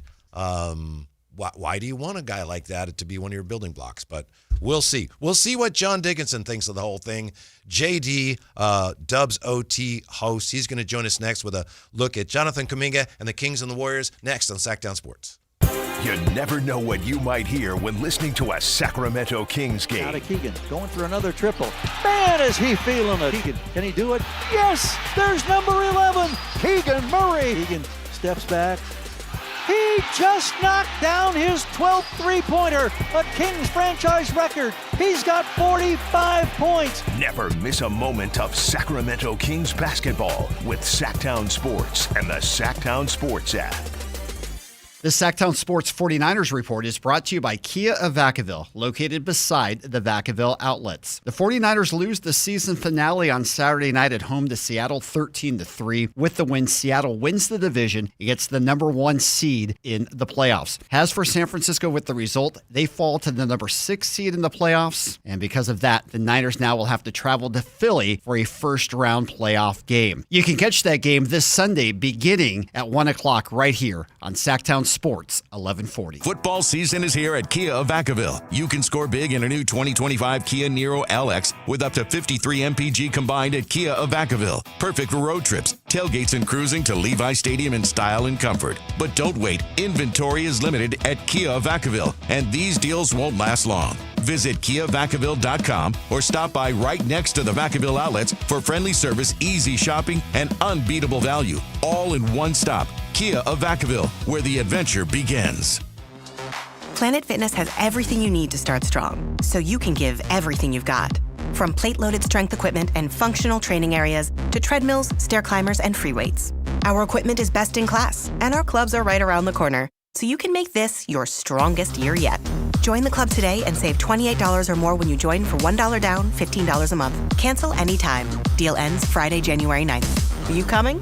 Planet Fitness. We're all strong on this planet. See club for details. Hello, I'm Frank Cockrell with Retirement Security Centers with a weekly economic update. As we look ahead to 2026, investors may face a mix of challenges and opportunities. Potential headwinds are higher for longer interest rates, which continue to pressure borrowing, housing, and valuations. Fiscal uncertainty, with rising federal deficits and expiring tax provisions, add volatility to markets. Geopolitical risk, trade tensions to global conflicts remain a wild card for global growth, but there are meaningful tailwinds as well that could provide opportunities. Cooling inflation gives consumers and businesses more breathing room. Corporate earnings resilience, especially outside of megacap tech, supports long-term growth. Continued innovation and productivity gains driven by AI and automation continue to reshape the economy. As always, disciplined investing means balancing risks and long-term opportunity. How might this affect you or your family? Please go to frankontheradio.com to schedule an appointment, watch videos, and receive market updates. I'm ready to help you start your journey so you can define your future. Securities and investment advisory services offered through Mosaic Wealth. Member FINRA SIPC. Mosaic Wealth is separately owned, and other entities and or marketing names, products, or services referenced here are independent of Mosaic Wealth. Big savings are back at Folsom Lake Honda, your one-stop Honda shop. Looking to own or lease? We have options for everyone. Plus, lower interest rates at Folsom Lake Honda make for lower payments. It's no wonder Folsom Lake Honda is your one-stop Honda shop. Get an instant cash offer for your trade at FolsomLakeHonda.com. We'll buy your car whether you buy from us or not. Visit us today at FolsomLakeHonda.com. Folsom Lake Honda, yeah, your one-stop Honda shop. Sactown sports fans, when the final buzzer sounds, the real action is just getting started. If you live for big moments, big crowds, and unforgettable nights, you'll find them all right here on the Sactown Sports Live Events calendar. Get ready to laugh until it hurts with Daniel Tosh, live January 24th at the venue at Thunder Valley Casino Resort. Then turn the volume all the way up with Ernest, bringing high-energy country to Ace of Spades January 31st. Slow it down and vibe out when Jodeci delivers the classics live February 15th at Hard Rock Live Sacramento. Experience iconic sounds and the smooth style of Chris Isaac February 28th at Hard Rock Live Sacramento. And rock legends Jefferson Starship take the stage March 15th at Hard Rock Live Sacramento. Comedy, concerts, legendary performances. Find every show, every day, and plan your next big night out with the Sactown Sports Live Events calendar. Play hard, rock harder, only on Sactown Sports. This is the Drive Guys. January 12th. The Drive Guys with Kevin Gleason and Alan Stiles. This is the Drive Guys. Weekday afternoons 2 to 6 on Sactown Sports 1140. This is the story of the one. As a safety manager at a manufacturing plant, he does everything he can to keep his coworkers safe. From finding ways to reduce risks to keeping safety supplies in stock. And for that, he relies on Grainger. Grainger offers a broad range of quality products and next-day delivery, so he can always play it safe. Call 1-800-GRAINGER, click Grainger.com, or just stop by. Grainger, for the ones who get it done. Guys, if your energy is low, your strength isn't what it used to be, or your drive feels off, it's not just getting older. For many men, it's low testosterone. At Revive Men's Health Sacramento, you can start with a free T-check, exam, and consultation so you get real answers about your testosterone levels and overall health. And this month only, qualified patients may receive 25% off testosterone replacement therapy. This isn't guesswork or one-size-fits-all treatment. Revive specializes in personalized, closely monitored testosterone care designed to help men feel stronger, sharper, and more like themselves again. With over 120,000 patients treated since 2011, Revive Men's Health is trusted for results, not hype. If you've been putting this off, now is the time to act.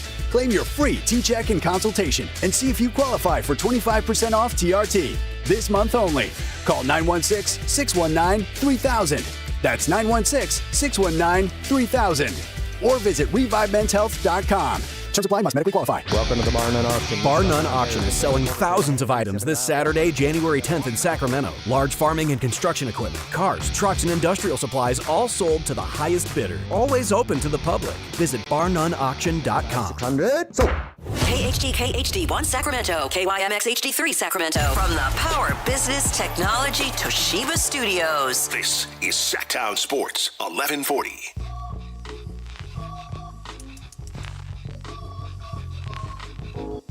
Your afternoon home for Kings talk and so much more. The Drive Guys on Sactown Sports. And who better to help us get ready for the Kings and the Warriors than our next guest? Just had a birthday, by the way. Very good friend. Longtime Sacramento and Bay Area radio and podcast host. Currently, among other things, Dubs OT host on KNBR. John Dickinson. How are you, JD? What's going on, Whitey? Good to be with you, my man. It's good to be with you. You had a great birthday, I trust? Yeah, real solid. Actually got back to the Sacramento area for a little bit yesterday, which was awesome, and always fun to see family and friends, even if it is just for a couple of hours, as it was last night. Mm-hmm. Yeah, well, and I know that you've got duties here, so we appreciate your time. I want to ask you about the Kings and Kuminga, and I know you know an awful lot about both these franchises.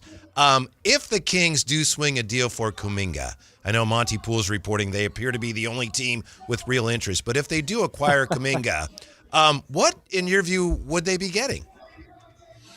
I think they would be getting a player that really wants to be a member of the Sacramento Kings, because the Sacramento Kings are a dysfunctional organization that doesn't have a lot of young talent on the roster, and the belief would be that he could kind of come in there and do whatever he wants, which is, stretch his legs and take a bunch of shots and be a focal point, because it's a franchise that really doesn't have any future focal points right now. I mean, you could point to a young player that is in that category. So I think he would really get to be a featured member, or at least believe going in that he would be a featured member of whatever Sacramento ultimately decides that they're trying to build when they tear things down or attempt to tear things down by trying to trade as many, if not all, of the veterans as they possibly can and start to rebuild with a new group. Mm-hmm. John Dickinson, nice enough to join us. I know I was working with you doing some Warrior things when they drafted Jonathan Kuminga,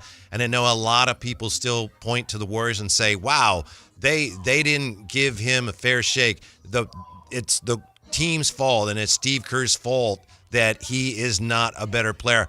I don't really see it that way, JD. How about you? What's the truth on that?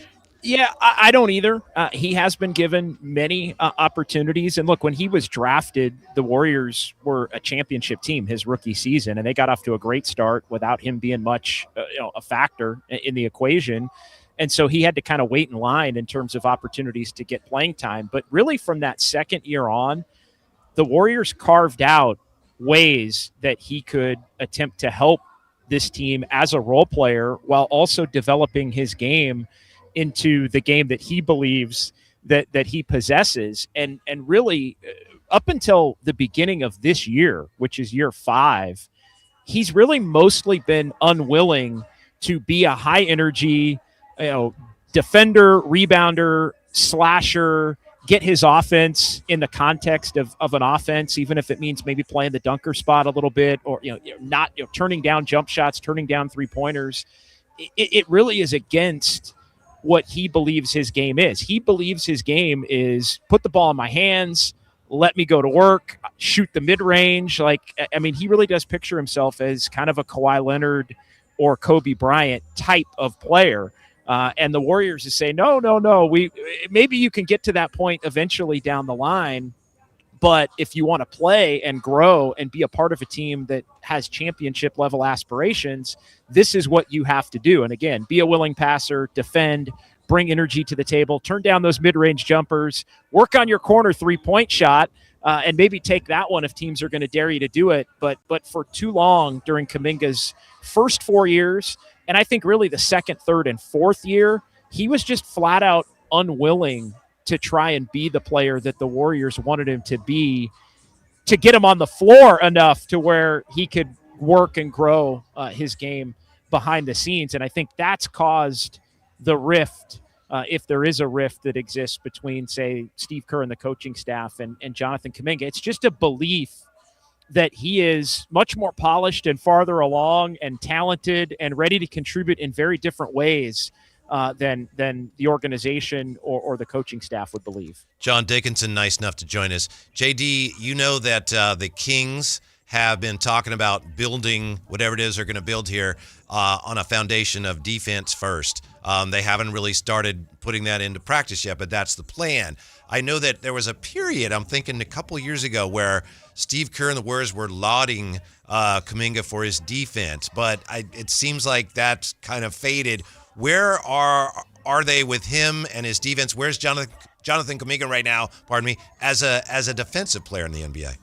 Yeah, he's never been a good off-ball defender. He will lose his man. He'll get caught in rotations. If you want to see, go back to, I remember in that 22-23 playoff series, which it's hard to believe it's been almost 3 years since the Warriors and Kings played in that playoff series, thrilling as it was. But Mike Brown put him in all kinds of actions where he would just get lost on shooters, basically rendered him unplayable in that series. Now that was at that point year 2. He still struggles with rotations and off-ball movement. He has at times been a good on-ball defender. Hey, we're going to throw you on the primary guard, although they did attempt to do that with him in that series, and De'Aaron Fox rendered him unavailable to continue in the moments that De'Aaron Fox was the primary man that he was guarding. But his best chance is use your athleticism and try to be somebody that is a point of attack type defender. He has to want to do that. And again, I think at times he has been willing to do that, and he's had varying degrees of success with it. But at other times, it's just been something that, it takes a lot of energy to be that kind of defender, pick up 94 feet and, guard guys who are really good with their handle and really quick at getting to the basket.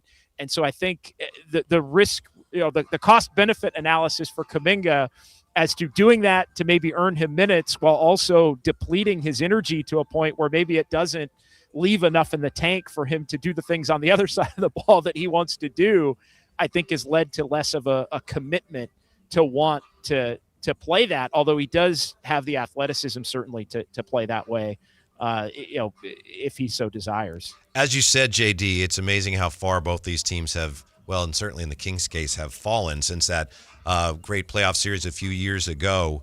I wanted to ask you about tonight's game for the Warriors. The Kings are not putting their best foot forward. We'll let you go on this. I know you got to go. But how big is this game tonight for the Warriors, who've been wobbling a little bit of late? It's a big game for them. They have won 7 of the last 10, and they would tell you that they're playing better basketball offensively. They think they figured out a little bit more of their rotation with the starting lineup of Steph Curry and Quentin Post playing the center, and then you've got Draymond and Jimmy Butler. Moses Moody's been basically starting at the 2 here for the last 3-4 weeks, and they have won 7 of the last 10. They punted on a game against OKC in Chase Center a week ago tonight, basically gave everybody among the regulars the night off. But there's just nights where they don't have enough offense. And there's nights, not in the last 2 games, but too often where they turn the basketball over too much and give up possessions. But the defense for the most part this year has been sound. I think this is actually a really good test for the Warriors, because just when you think they're about to really build a little bit of momentum towards separating from 500, they'll just have a horrible loss. And the one thing about this matchup, and I know the Kings have not won in a couple of weeks themselves, but the Kings, I think, with the guys that they have, are going to try tonight. And I'm sure effort is probably something that you guys question on a night-in, night-out basis in some shape or form, given the record that the Kings have. I would not think that would be an issue for the Kings going into Chase Center and playing the Warriors with all of the Warriors stars healthy and available to play in this game. The question, if anything, I think on the Warriors side of it is, are they going to be buttoned up tonight and focused enough to put their best foot forward, which if they do should lead to a relatively comfortable win? You leave that door open. We've seen in this series head-to-head over the years that the record you could almost throw out, even when the Warriors were dominant and a championship contender, they'd have some oddly close games and even a loss here or there to some pretty bad iterations of the Kings. So how buttoned up are the Warriors tonight, I think is a key question. Yeah, you never know when Omri Caspi's going to go off. Thank you, JD. We appreciate it. We'll let you go. We got to catch up soon, brother. Thank you. Thank you. Appreciate you having me. Mm-hmm. John Dickinson with some, I think pretty candid comments there about what Jonathan Kuminga has meant to the Warriors to this point. It is a little bit of a puzzler when you look at Scott Perry and his 6 pillars and how the Kings obviously plan to use those to help them determine what players they want to bring in and build around.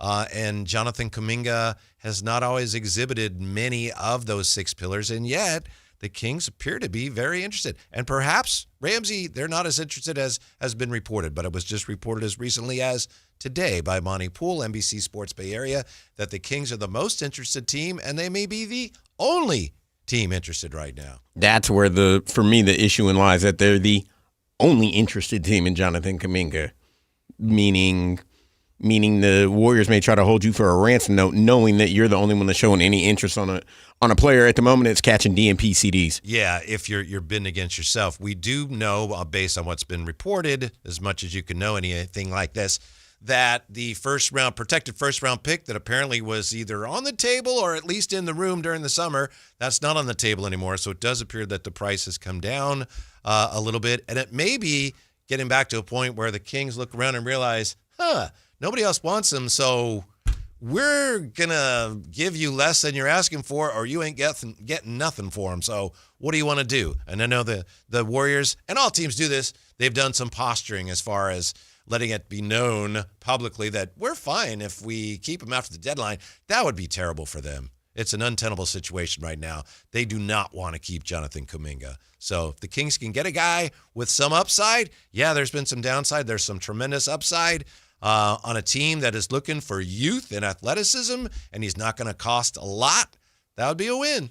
I mean, in my opinion, it shouldn't cost that much. Like you said, bidding against yourself, and for someone, like I said, that's catching DNP coaches' decisions, I personally don't think there's that much value for him to begin with. So therefore, you shouldn't have to give up much to get him. Right, but I do see how you would want a young player with some upside. I think that's kind of where the Kings are with a lot of these players. Obviously, if you can get draft picks, you'd love to have as many picks as you can get in this upcoming draft. Right now, you have the one. Good luck getting more than that, because everyone knows what a rich draft this is supposed to be.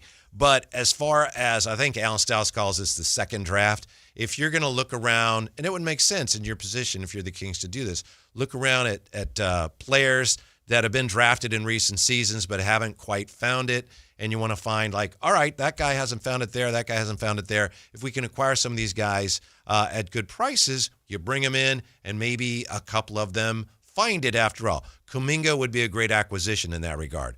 I'm thinking also of a guy that's been talked about a lot lately. I know Jay was talking about, hey, maybe something with Minnesota for Rob Dillingham. Rob Dillingham's another guy that, Minnesota traded up to get him and they haven't played him. That tells you something. My point being, Kuminga, Dillingham, whoever it is, all these guys are, if they're available, it's because they've disappointed the teams that drafted them, Ramsey. It's just the reality of it. Very true. And if I were to go after somebody on Minnesota, it wouldn't be Rob Dillingham. I have interest in Terrence Shannon Jr. from Illinois. Mm-hmm. He's roughly in the same boat, same space as Rob Dillingham. Another player they drafted that I guess they fell out of favor with, haven't really utilized him that much, and maybe a change of scenery is good for him as well. I mean, we see that all the time. Unfortunately, I can reference someone that was in Sacramento. I didn't feel he was a good fit here at the time. In Neemias Queta, he went out, had 20 rebounds on Wednesday night for Boston. But again, it's fit, it's place. So with that being said, he unfortunately just didn't fit in Sacramento. He fits in Boston. That's fine. Just like some of these players that we're mentioning, like me mentioning Terrence Shannon, he may not fit in Minnesota, but he could flourish here in Sacramento. Could. Yeah. There's two things. There's fit, and then like Dillingham hasn't been, and I agree with you. I'm not arguing with you, but with Dillingham, it hasn't been a fit. It's just he hasn't been very good. You know? That too. Yeah.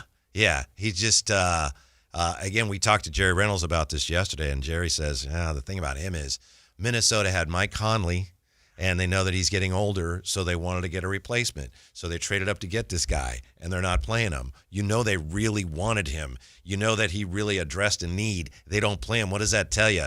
He's not that good, at least hasn't been. And this what we're referencing personally reminds me of, I think that was 2009 when Minnesota drafted both Johnny Flynn and Ricky Rubio in the same draft. Ricky Rubio, in due time, panned out and was a serviceable pro. But he was a good player. Yeah, he was serviceable. Yeah. But at the time when they drafted him, neither one of them were serviceable when they were young, and Johnny Flynn unfortunately phased and fizzled out of the league. Does that happen with Rob Dillingham and or Terrence Shannon Jr.? Mm-hmm. We don't know. They haven't shown much as of yet. Hopefully they don't fizzle out. I don't wish that against anyone that makes it to the NBA, but it happens all the time. Mm-hmm. Yeah, and one of the interesting things about Kuminga and the Kings is it appears that based on what he said on his podcast, B.J. Armstrong is a big Kuminga fan. So I think that's been driving a lot of the interest the Kings have had in Jonathan Kuminga. Jay is not with us in studio because he's out at Roosters on the River. Can we check in with Jay? I think Jay's available, Ramsey. Check. Yeah, if we're we may have to get him on the phone, but he should be good to go. I know Jay just texted me and said he's out there and available if we need him. So anyway, if you get a chance to join Jay and the High Flyer, they're out at Roosters on the River, and they're going to be doing game night, which is coming up bottom of the hour. So that's going to be a lot of fun. Chance to go out and hang out with Jay and the Flyer. And if we get a chance, we'll see what's going on out there in just a moment as Jay's getting ready to launch that broadcast. I want to just share with you a real quick edition of Whitey's wish list for tonight. 3 things that I would love to see tonight. They're not necessarily predictions. They're not necessarily things that I think will happen, but things that I personally would love to see happen tonight. One, I'd love to see Maxime put up some numbers against Quentin Post. I don't know how much he's going to be playing head-to-head against Post, but I think that's a good matchup for Maxime Reynaud. Post is a good player, but I think Maxime can score. I'd love to see a 20-piece from Maxime Reynaud. I agree. Here's my only concern on the defensive end. Quentin Post doesn't like to do what his last name is and play in the post. Right. He likes to stay out on the 3-point line. Stretch big. Does that deter Maxime from grabbing rebounds? And here's something else I have to say about Maxime Reynaud, especially in the couple of games I've seen in the homestand, especially the Milwaukee game. It might be a defensive philosophy from what I've been advised, but Maxime, on bigs, please don't switch. Stay home. Don't leave your man because it leads to many defensive disadvantages for the Kings. Yeah, well, a lot of that, as you said, a lot of that is what are we running? We're switching everything or we're not. So that's not all necessarily on him, but I know what you mean. I have seen him get out on the pick and roll, and obviously teams are involving him a little bit in the action. Yeah. Yeah, but let's see what the High Flyer thinks. We'll go out to Roosters on the River now. Jay and High Flyer. How are you, Jay? What's going on out there? Man, it's all beautiful. I got the High Flyer HT, the man himself, rocking and rolling with me, man. So I'm going to just step out the way because we were talking about the enchiladas, and I said it might be tough to box out the big bro here. So he came in through the door looking for the enchiladas. Hey, and let me tell you this. I heard what Whitey said. So, the next time I see Whitey at the arena or we at the studio, man, it might be a little furniture. That's right. Box him out, HT. Well, no, that's a compliment, Henry. I know you love your enchiladas like I do, right? That's all. It depends upon which kind they are. Now, if they chicken enchiladas, I'm gonna box you out. if you got the stringy beef, I might be a little all right. little lackluster on that one. Just a nudge. Yeah. High Flyer, what do you think of Maxime Reynaud against Quentin Post, that matchup tonight? You blacked out for a hot second. What'd you say? I'm sorry. I was just wondering what you think of the potential matchup, Maxime Reynaud against Quentin Post tonight. Man, you said Maxime and who? Quentin Post. Oh, Quentin Post. Yeah. Ooh, you know what? Here's the deal, Whitey. Any ticks that Maxime gets is a plus. When you're a rookie and you're just now coming into this league and you're just now starting to find your way, I'm glad the young man is starting to have some success because, here's the deal. And I told him this the last time we was on the road together. I said, you know what? Have all the fun you can. I said, because your name is not on the scouting report.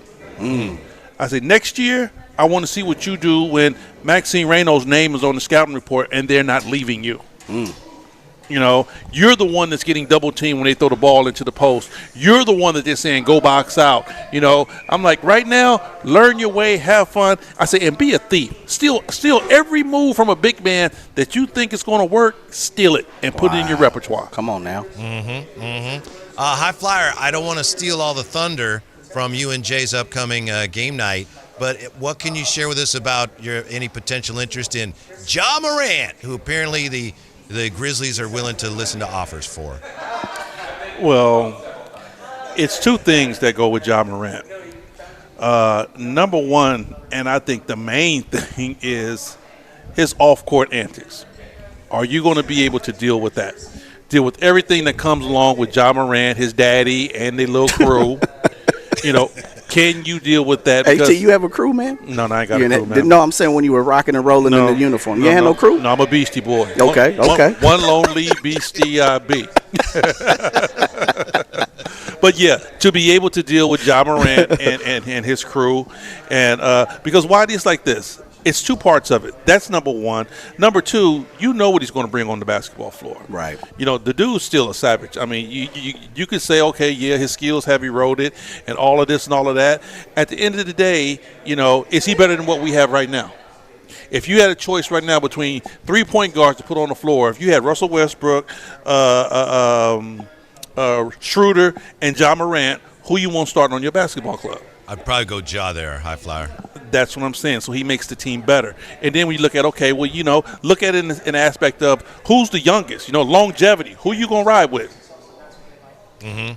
Right? You're riding with Ja. Yeah.